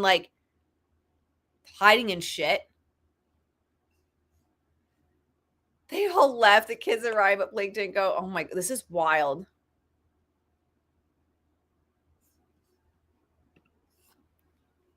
I'm going to have a rash after this. July 25th, 2024, Wayfair meets with Nathan and her firm, the agency group PR LLC, after the introductory call. TAG provided a document detailing their proposed scope of work.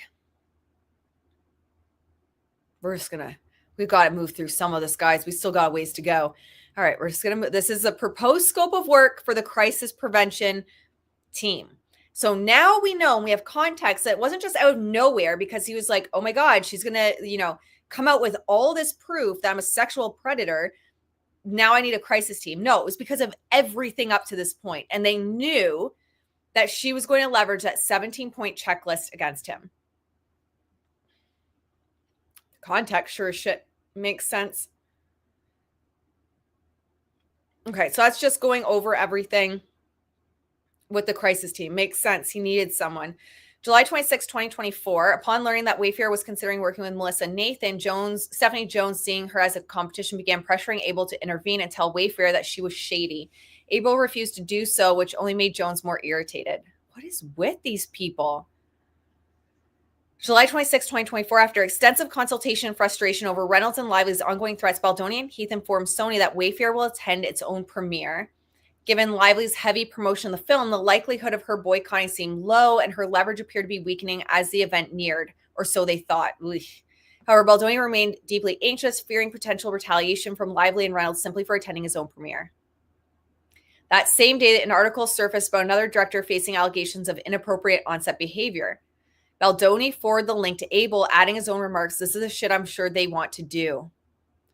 Unnamed sources. They knew it. They knew what was coming. Jennifer Abel says, okay, sounds good. We'll connect all of us at 4. Wow.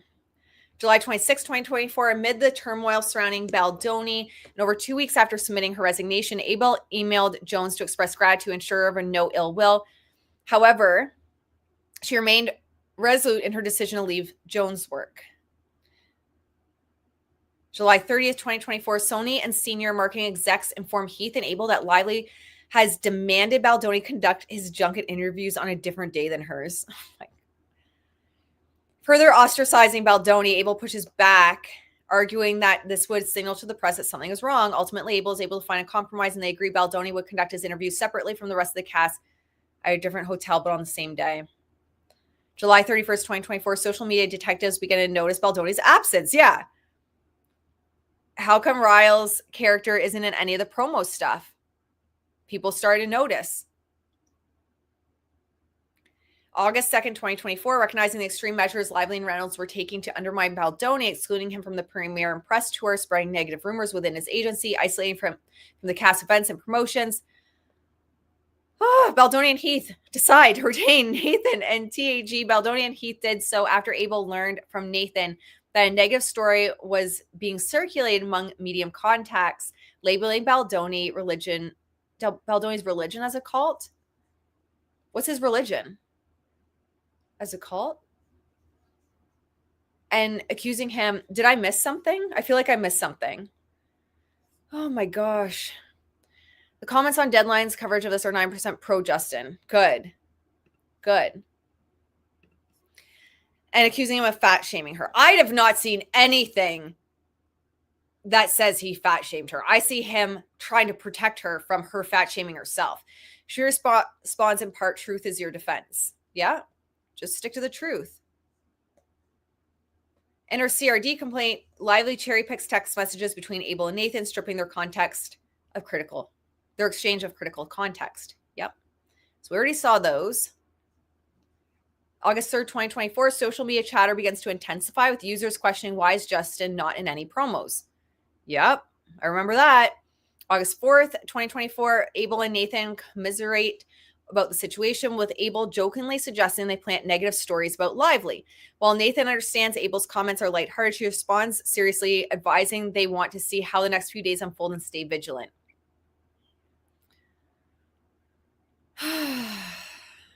Some more text messages. August 5th, 2024, Baldoni's first full day of press began before 6 a.m. Later that morning, he shared a link with Abel in an article on celebrity bullying that had appeared on his Twitter feed. Oh, okay. So is this given the circumstances that Baldoni had found himself in, the article's timing resonated with him as he was understandably feeling bullied. So he took a screenshot and sent it to Abel. Okay. I was going to say, this is probably the Hailey Bieber one. But it was twisted to be like, let's bully Blake. Let's make Blake out to be an ass. So it was completely twisted. Oh, he's Jewish. Okay. So she was making that out to be what? A cult? Oh, okay. His mother's Jewish. Bohemian. Okay. Oh, y'all, I need food after this. How do streamers stream for like 10 hours? Creative Control Deadpool 2. Yeah, this is wild.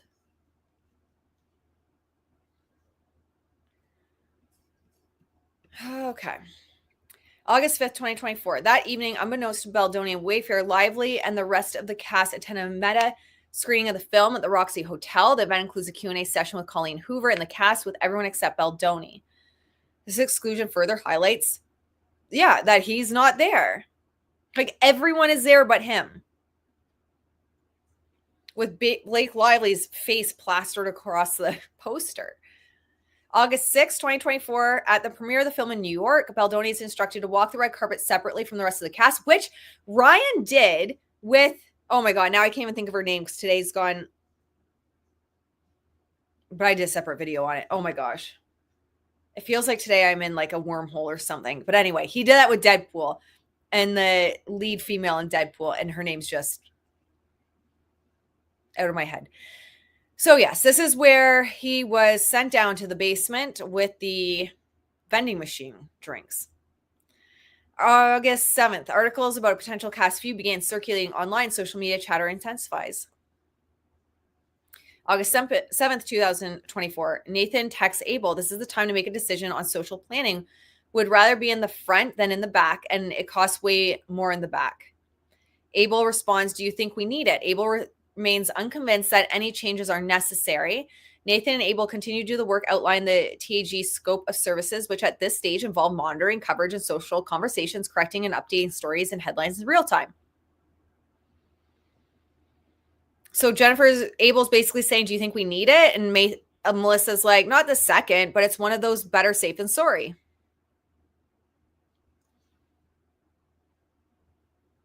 Tons of emails back or text back and forth. Okay. August 8th, 2024, online chatter escalates and cast tensions become the headline across major publications. Like, you couldn't not. I almost feel like part of this was by design from Blake Lively, because then if people were asking all these questions, you could like leak stories. Be like, yeah, it's because he called me fat. He was fat shaming me. That's why this all happened. I think that's like by design too. And you could be like, it wasn't me. It was just like, I don't know. Or maybe I'm going crazy because we're still only on August 8th, 2024. What time is it? Oh my God. It's 1:30. How long have we been streaming? 2 hours. Oh my God. Yeah, Blake, chill. Like, just admit it. Just admit it. Just walk away, girl. August 4th, 2024 at 10:11 a.m., Nathan and Lively's publicist, Leslie Sloan, reached an agreement. Oh my God, we're not even going to be able to finish this today. This is going to be like a 3-day thing. We're going to zoom through a little bit of this. Okay. So now we're getting into like the PR issue, which has always been available. I think we've seen all this. August 8th, same day, Jones attempting to reinsert herself with into Baldoni and Wayfair's good graces while sidelining Abel. Contacts a Daily Mail reporter about story on Baldoni and Lively. All right. Sloan has got her own issues. I don't know. Okay, this is just a fight of the different PR people. We're going to zoom through some of this, guys, because we're still only on August 8th. Nathan and Abel are left to deal with the fallout from Jones inserting herself into the situation. Look at these text messages. How have people read all these without taking 15 hours?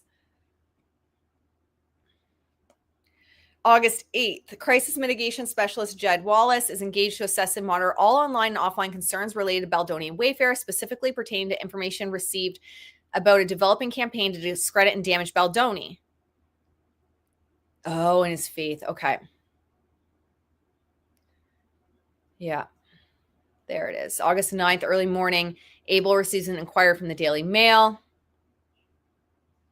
Like, oh my God. I think I'll like throw up if I try to read all that small text still. It is like killing my head.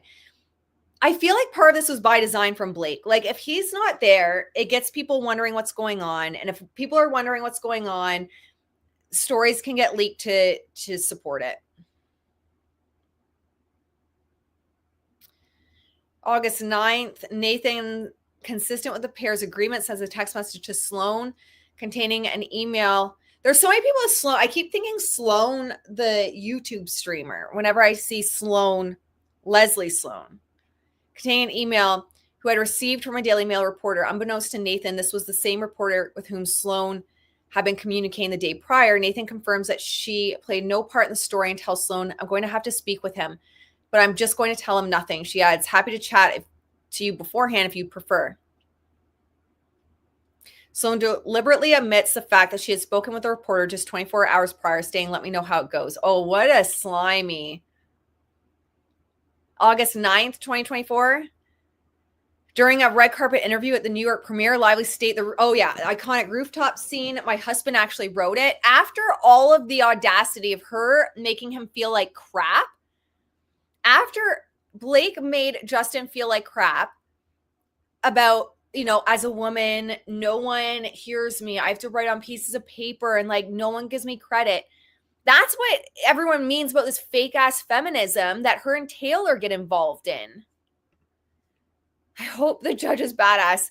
Oh my gosh. I'm like, as much as I want more tea, I'm also dreading it because I'm like, guys, I need to also get work done. This stream will continue. It's time for the Grammys to start. Literally, you guys are just going to be able to watch this stream until the Grammys. Like, I'm going to end up passing out. I'm going to just like fall over. Oh, 4 hours straight. I don't even know how people are fitting it into 4 hours. I think we did like 2 hours. Or no, I guess we didn't just do this yesterday. So that makes sense. But still, I feel like if I didn't talk to you guys, I could fit it into 4 hours. But I like chatting with you guys. So that makes it take longer. Hello, guys. Just jumping on. Can't believe I'm watching this live. Hello. Oh, hey, Leo. Nice to see you, my friend. I'm late. Yeah, we are just like here in it. I told you, or you weren't on yesterday. I was like, I'm wearing my chicken onesie tomorrow. If we're streaming Sunday, I'm in my pajamas in my chicken onesie. And I held up my end of it. The judge is a Hollywood insider. Oh, interesting. Oy.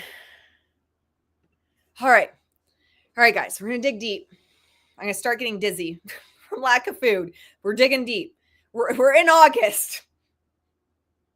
Okay. On the day of the domestic release of the film, Heath shares observations with Sony's marketing team, urging them to take the topic of domestic violence more seriously. You think? As part of the film's rollout, this was a concern that Baldoni, Heath, and Wayfair had long expressed to the team. And Blake originally was like, I don't know what you're talking about. I'm just following directions. And it turns out, well, one, she says she doesn't know no and the meaning of no, but two, it was her and Ryan's business. Grab your friends, wear your florals. She has got to be like out to lunch. But this is what I mean. This is Blake unscripted. This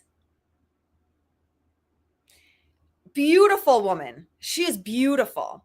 Met Gala dresses, stunning. Not the best actress. And as we saw with her text messages, before things took a twist, this is how she speaks. Grab your friends, wear your florals to a DV movie. That's why I'm telling you guys, it wasn't her. When the tone shifted, it was Ryan. I will die on that hill. I don't even care. I will die on that hill. So much tea. You could put out all the LA fight. Literally. This is ridiculous. Oh, I didn't finish the movie. Why? She treating this like a rom-com. Literally. I agree. She should have been a fashion designer.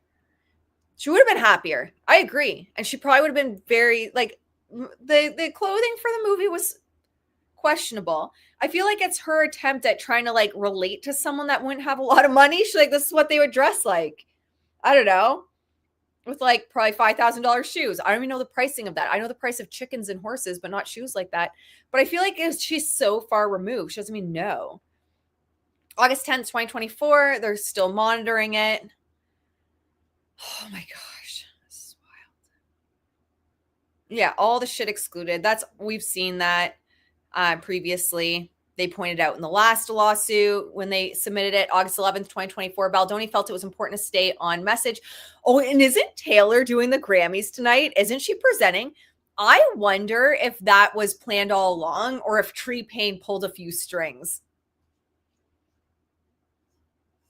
I wonder. You never see Taylor. Watch. You want to make a bet? It's going to be Taylor presenting to Beyonce. You want to make a bet for the good publicity? Do you want to make a bet? Until you and Candace Owens mentioned that it might be Ryan, I look at the text differently. I didn't realize she had said that too. Yeah. When you look at the text, when you look back at them. Yeah, so Baldoni wanted to stay on message. August 12th, organic articles emerged directly related to how Lively was promoting the film. Yeah, it's organic. People are like, WTF. August 12th, still like going back and forth about this. Oh, that seems important. August 12th, that evening, two WME execs, Heath and Abel, participated in a call to review the statement drafted by Lively and Reynolds on behalf of Baldoni, Heath, and Wayfair. Upon review, WME concurs with Wayfair that the statement was vague, implies culpability without substance, and fails to address the issues at hand. Furthermore, if the goal was to mitigate negative online attention directly at Lively, a statement would have the opposite effect.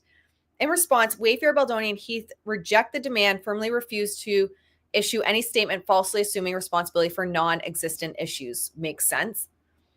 Statement prepared by Blake Lively and Ryan Reynolds on behalf of Justin Baldoni, Heath, and Wayfair. It ends with us was a troubled production. So this is what they were supposed to say. It ends with us was a troubled production, which we take full accountability for. We are very sorry to everyone we caused. I'm literally going to barf trying to read this. We are very sorry to everyone we caused upset to privately and publicly. Blake Lively, Colleen Hoover, the entire cast and crew led with professionalism every step of the way. Any negativity aimed at them is ours to own. Are you kidding me? We mutually agreed that the cast should be promoting the film separately and understood why. We have always said we are not perfect, and even if unintentionally made mistakes, we'll always own them. We hold ourselves accountable. It's not anyone's job but ours, and that's part of the... Oh, come on. It's not everyone's job but ours, and that's part of being man enough. How Justin Baldoni did not punch Ryan Reynolds in the face is beyond me. We will practice what we preach. We're learning and growing from the experience. We thank everyone for their patience as we find a better way to proceed. We're very proud of the film and the welcome arms that have been received. Part of our work is to have uncomfortable conversations for public growth. The film is doing that on screen. We're doing that off screen. Oh my God, I'm going to throw up. Thank you to the cast, crew, and public for the opportunity to be imperfect and to be given the space to learn and grow with humanity and dedication. Like, I am literally getting pale as we go because I am that sick over it. I am color is draining from my face. There was a rumor Taylor was going to perform because so if you guys are thinking I look sick, it's because I actually feel sick to my stomach over this. Color is draining from my face as we go. There was a rumor Taylor was going to perform because she's up for Album of the Year, but last week it was announced she'll present an award. Interesting. I have to finish this damn movie. Bella, my friend, I had said I would not watch it originally, and then I watched it just for context and all this. You have to. Just it does at the end of the day, I'm assuming supports Wayfair in some way, but God only knows. Maybe every penny goes to Blake now. I wouldn't even be surprised if every penny goes to her now after all this. August 12th, 2024, Abel shares with Nathan that Blake and Ryan want Justin to put out a statement. Both are shocked by the request and state that they have never encountered anything similar. I feel so sick over this. I can't imagine being an actual part of this. Had I known I would actually feel physically ill over this whole situation, I would have put on a lot of bronzer or something today. I don't know, to give me a glow. I refuse to watch her cut. I respect that. I so respect that.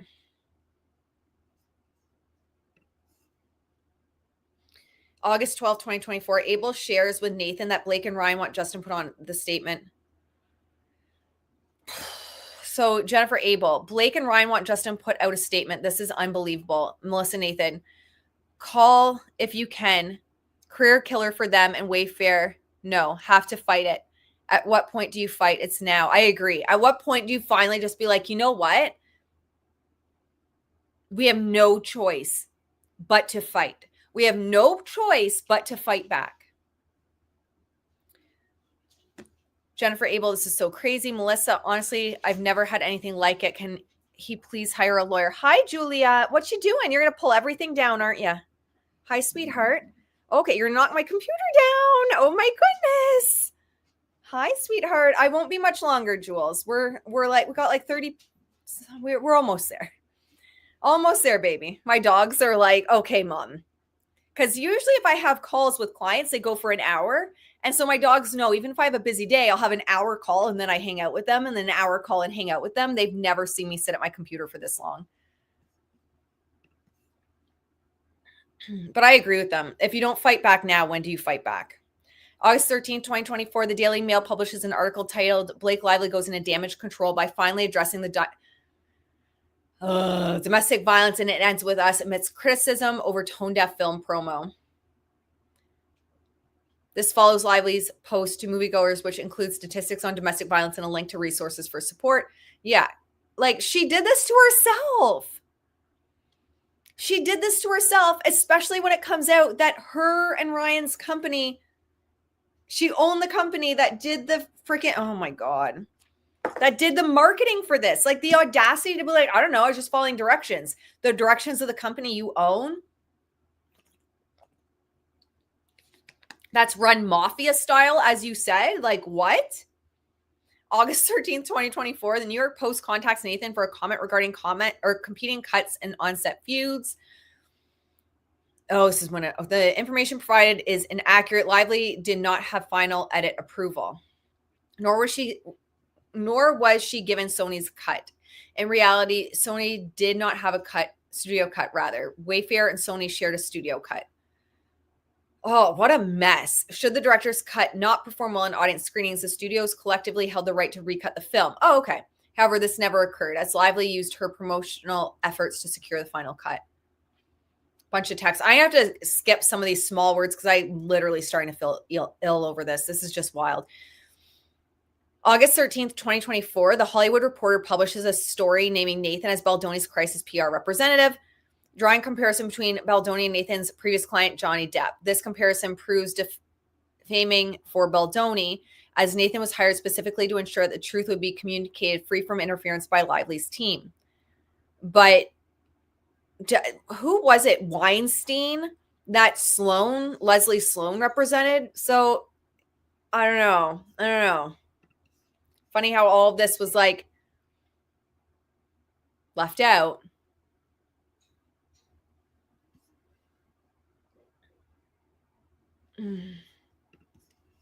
I've wondered that too. If Taylor's planning to announce the release of re-recording of Reputation at the Grammys tonight, but in light of this news, Reputation will sit on the shelf.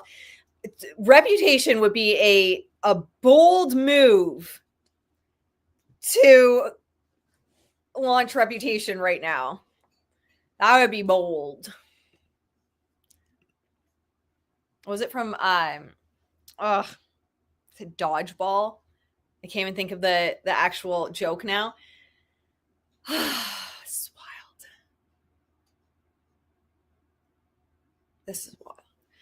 August 8th, 2024, Sloan had a text conversation with a Daily Mail reporter who spoke to Jones. Jones, acting independently, had reached out to the Daily Mail, seemingly on her own initiative and in direct disregard for his previous request to say nothing.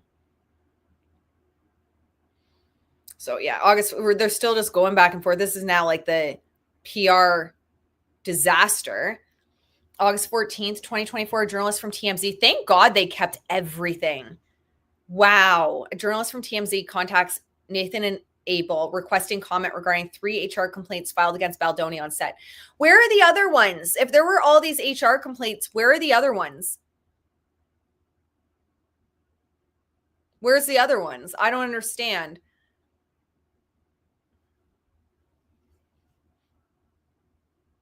Like, she's made all these complaints and said all these things. Like, there's all these complaints. Everyone felt uncomfortable. Like, I feel like now's the time to release it if you had anything. And it wasn't true. Yeah, it wasn't true. I say yeah as if I was there. I don't know, but there doesn't seem like it was true. Communication with TMZ. Still on August 14th, Baldoni sends Abel a TikTok from a creator suggesting that Baldoni is involved in something bad. Baldoni is just as confused as the rest of the team about the nature of the bombshell. Abel replies, "This is the question of the century," and reassures him, saying, "There's no bombshell, as you know." And those are the text messages. August 14th, 2024, Baldoni texts Nathan seeking clarity on what is happening. Yeah, no shit. What the strategy is and how the ongoing feud can be resolved. Nathan explains that she spoke with Sloan and asked her for her perspective on a solution. Nathan observes that when Baldoni is respectful, Reynolds and Lively, don't like it. And when he plays by their rules, they still don't approve. Yep. And those are the text messages. August 14th, Nathan receives word from a report that Sony chief Tony Vinequera made a statement about Lively being an advocate for domestic violence. What? With no mention of Baldoni? What? Nathan immediately senses Sloan's involvement in this development. However, Abel suggests that if it is Reynolds who likely pressured Sony in issuing a statement. All right. We got all these organic articles. We're just going to scroll right through them. Yeah, it's just all these, every date now of all these organic articles coming out. Now it's getting in August 21st. On the same day that Abel's phone is seized by her employer, Stephanie Jones, Nathan receives a call from Leslie Sloan, Lively's publicist, telling her that she has seen her text and that she will be sued. Wait, on the same day that Abel's phone is seized by her employer, Stephanie Jones, Nathan receives a call from Leslie Sloan, Lively's publicist, telling her that she saw her text and she'll be sued. So there was no subpoena.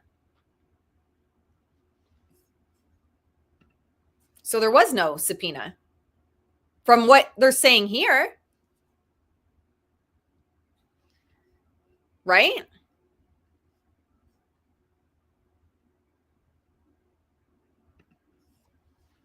From what they're saying here, it doesn't seem like there's a subpoena.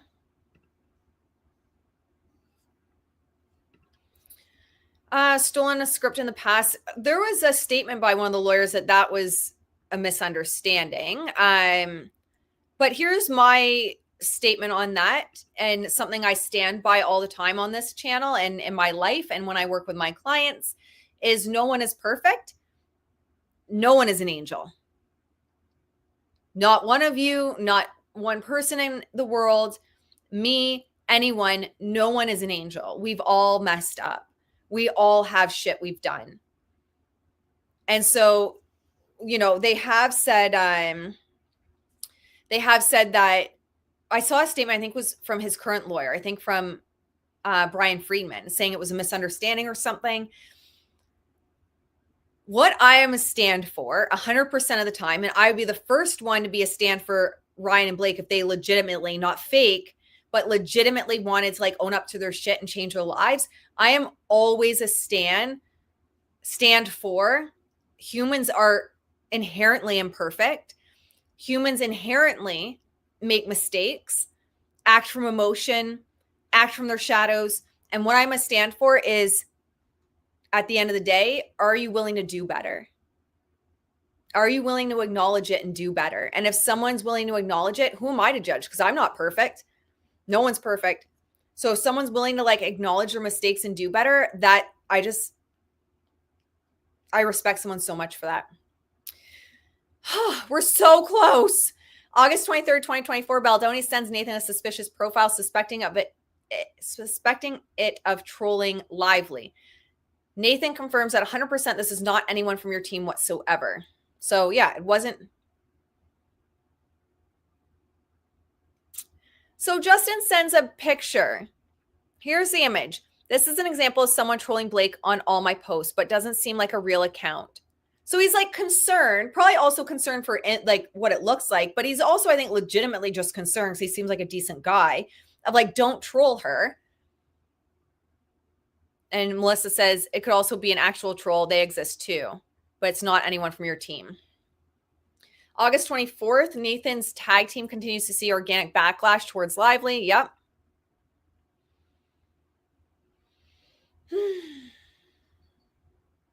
Who's this from?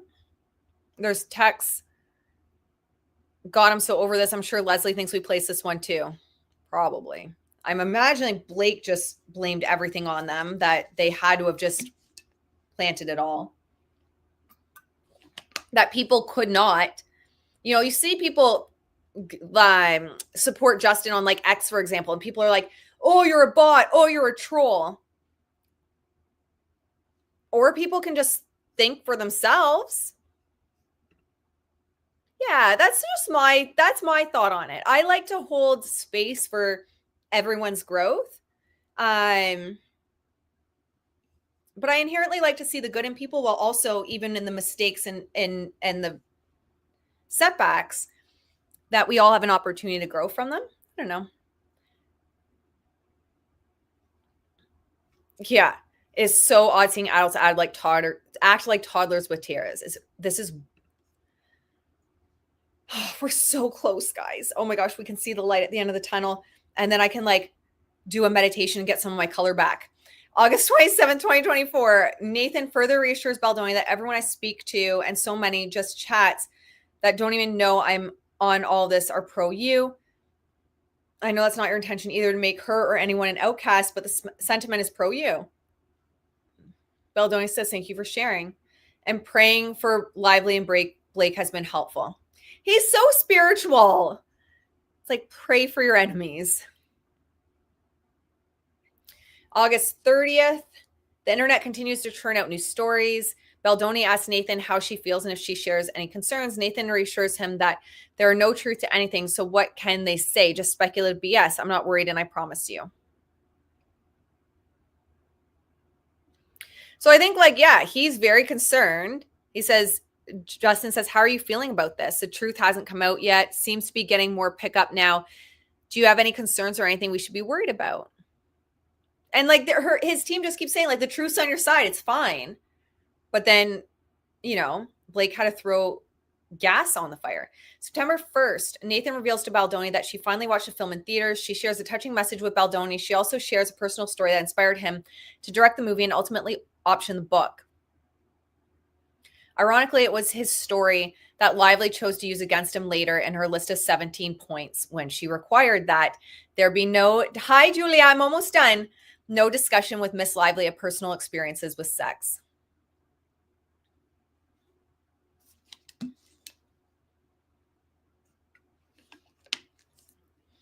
In her complaint, she intentionally misrepresented the story to suggest that Baldoni had engaged in sexual contact conduct without consent. In fact, it was the other way around. Baldoni was referencing an intimate relationship in which he was the one who did not give consent, not the other way around. Can you imagine leveraging that against someone? I am literally, like, not even kidding. I am going to be saging the room, the stream, all of my stuff. I need a good sage and then like Epsom salt bath. Not be surprised Blake caught feelings for Baldoni. Yeah, it's weird how personal it seemed to get. The way he roasts her on Twitter is not cute. I agree. How do I reply? Well, man, mental issues that go unchecked. Only in Hollywood the shit goes unchecked. Yeah, I worked there too, but left. Good for you. Good for your sanity. If you kept up with the content from August, the New York Times article made no sense in December. Yeah. Breathe, water, break. I love you guys. You're like, remember, stay hydrated, drink your water. We went like an hour and 45 minutes. I didn't even have water. I was like, oh my God, I need water. I'm going to pass out. September 8th, 2024, Baldoni sends a text to his original editors, hopeful that one day they will. I'm almost done. I've got like less than 10 pages left. Hi, Alaska. Hi, sweet boy. Julia, she's going to jump over. She's trying to jump from couch to couch. I'm almost done. Less than 10 pages, I think, or 10 pages about. All right. September 8th, Baldoni sends a text to his original editors, hopeful that one day they will complete the film as intended. I hope we get it. December 20th, Lively files her complaint with California Civil Rights Department. December 20th, Megan Toohey, a reporter for the New York Times, reaches out to Wayfair about allegations made. That's the email.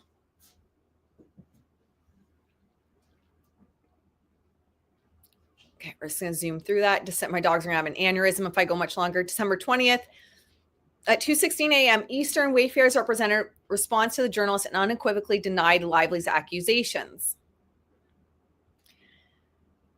December 21st, 2024 at 10:11 a.m. Eastern on December 21st, almost 2 hours before the deadline given by Toohey for plaintiff's response, the Times published the article.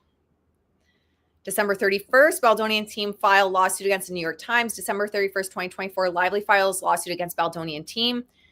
January 7th, 2025, Lively attempts to serve Baldoni and team during the Los Angeles wildfires, going as far as to serve a member of Baldoni's team while they attempted to evacuate with their small children. January 16th, 2025, Baldoni and team file suit against Lively, Reynolds, Sloan, and Vision PR. January 24th, 2025, discovery is made that the main imagery used in the article is metadata creation timestamps. Yeah, go internet. That's the internet. Creation timestamps date prior to publication. Okay, so that one was December 16th. I had done a stream and said, wasn't this one earlier as well? I guess earlier than the release of the complaint. Still. Some going back to October 31st. But yeah, they were like December 12th, December 16th, October 31st.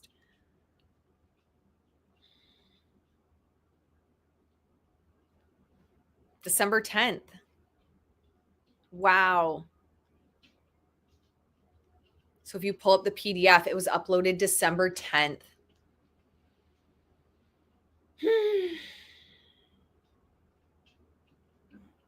Wow. Wow, wow, wow. But her team's saying he uploaded it. Y'all, we made it through. All right. We made it through.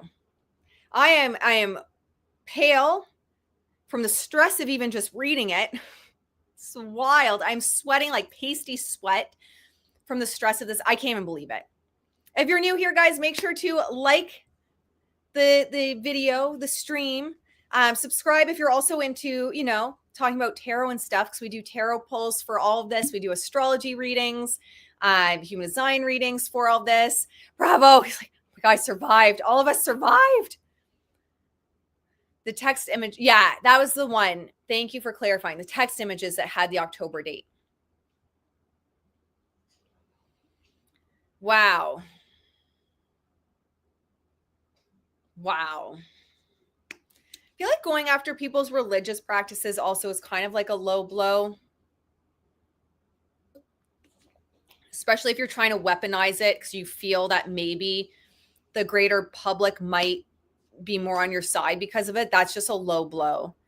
It's the empath in us here. Yep. It really is. That it like literally makes you feel sick going through this because we're empaths. I'm saging the stream and all participants. I wish I had mine here. Thank you, Mel. Mel is taking care of all of us by saging because I don't have it here with me. She's got our back, saging the stream, and all of us, we all need it. Everyone needs to like ground, touch some grass, not like in the internet way of like saying it as a rude way, like just to ground, because it like literally science says it will ground you. Oh, yes. Hit the like button, my friends. All right, my friends, I've got to get some food. Hopefully there's nothing crazy that goes down because I do not know if I could stream again today after streaming for 2.5 hours. I do not know how people do this for hours. You did a great job. Thanks, guys. I am so glad that I wore comfy clothes for this today. All right, my friends. It was an honor to hang out with you. Thank you for the new community members. It's such a cool community. Please just make yourself at home. Thank you for hanging out with me, guys, as I read this. Instead of me just reading it by myself in bed, I got to hang out with you guys and read it. We'll see if we're live tomorrow. We'll see how I recover from this. But my friends, I will see you in the next one. Make sure to like, subscribe if you want to hang out for the next one, and I'll talk to you guys later. Bye, guys.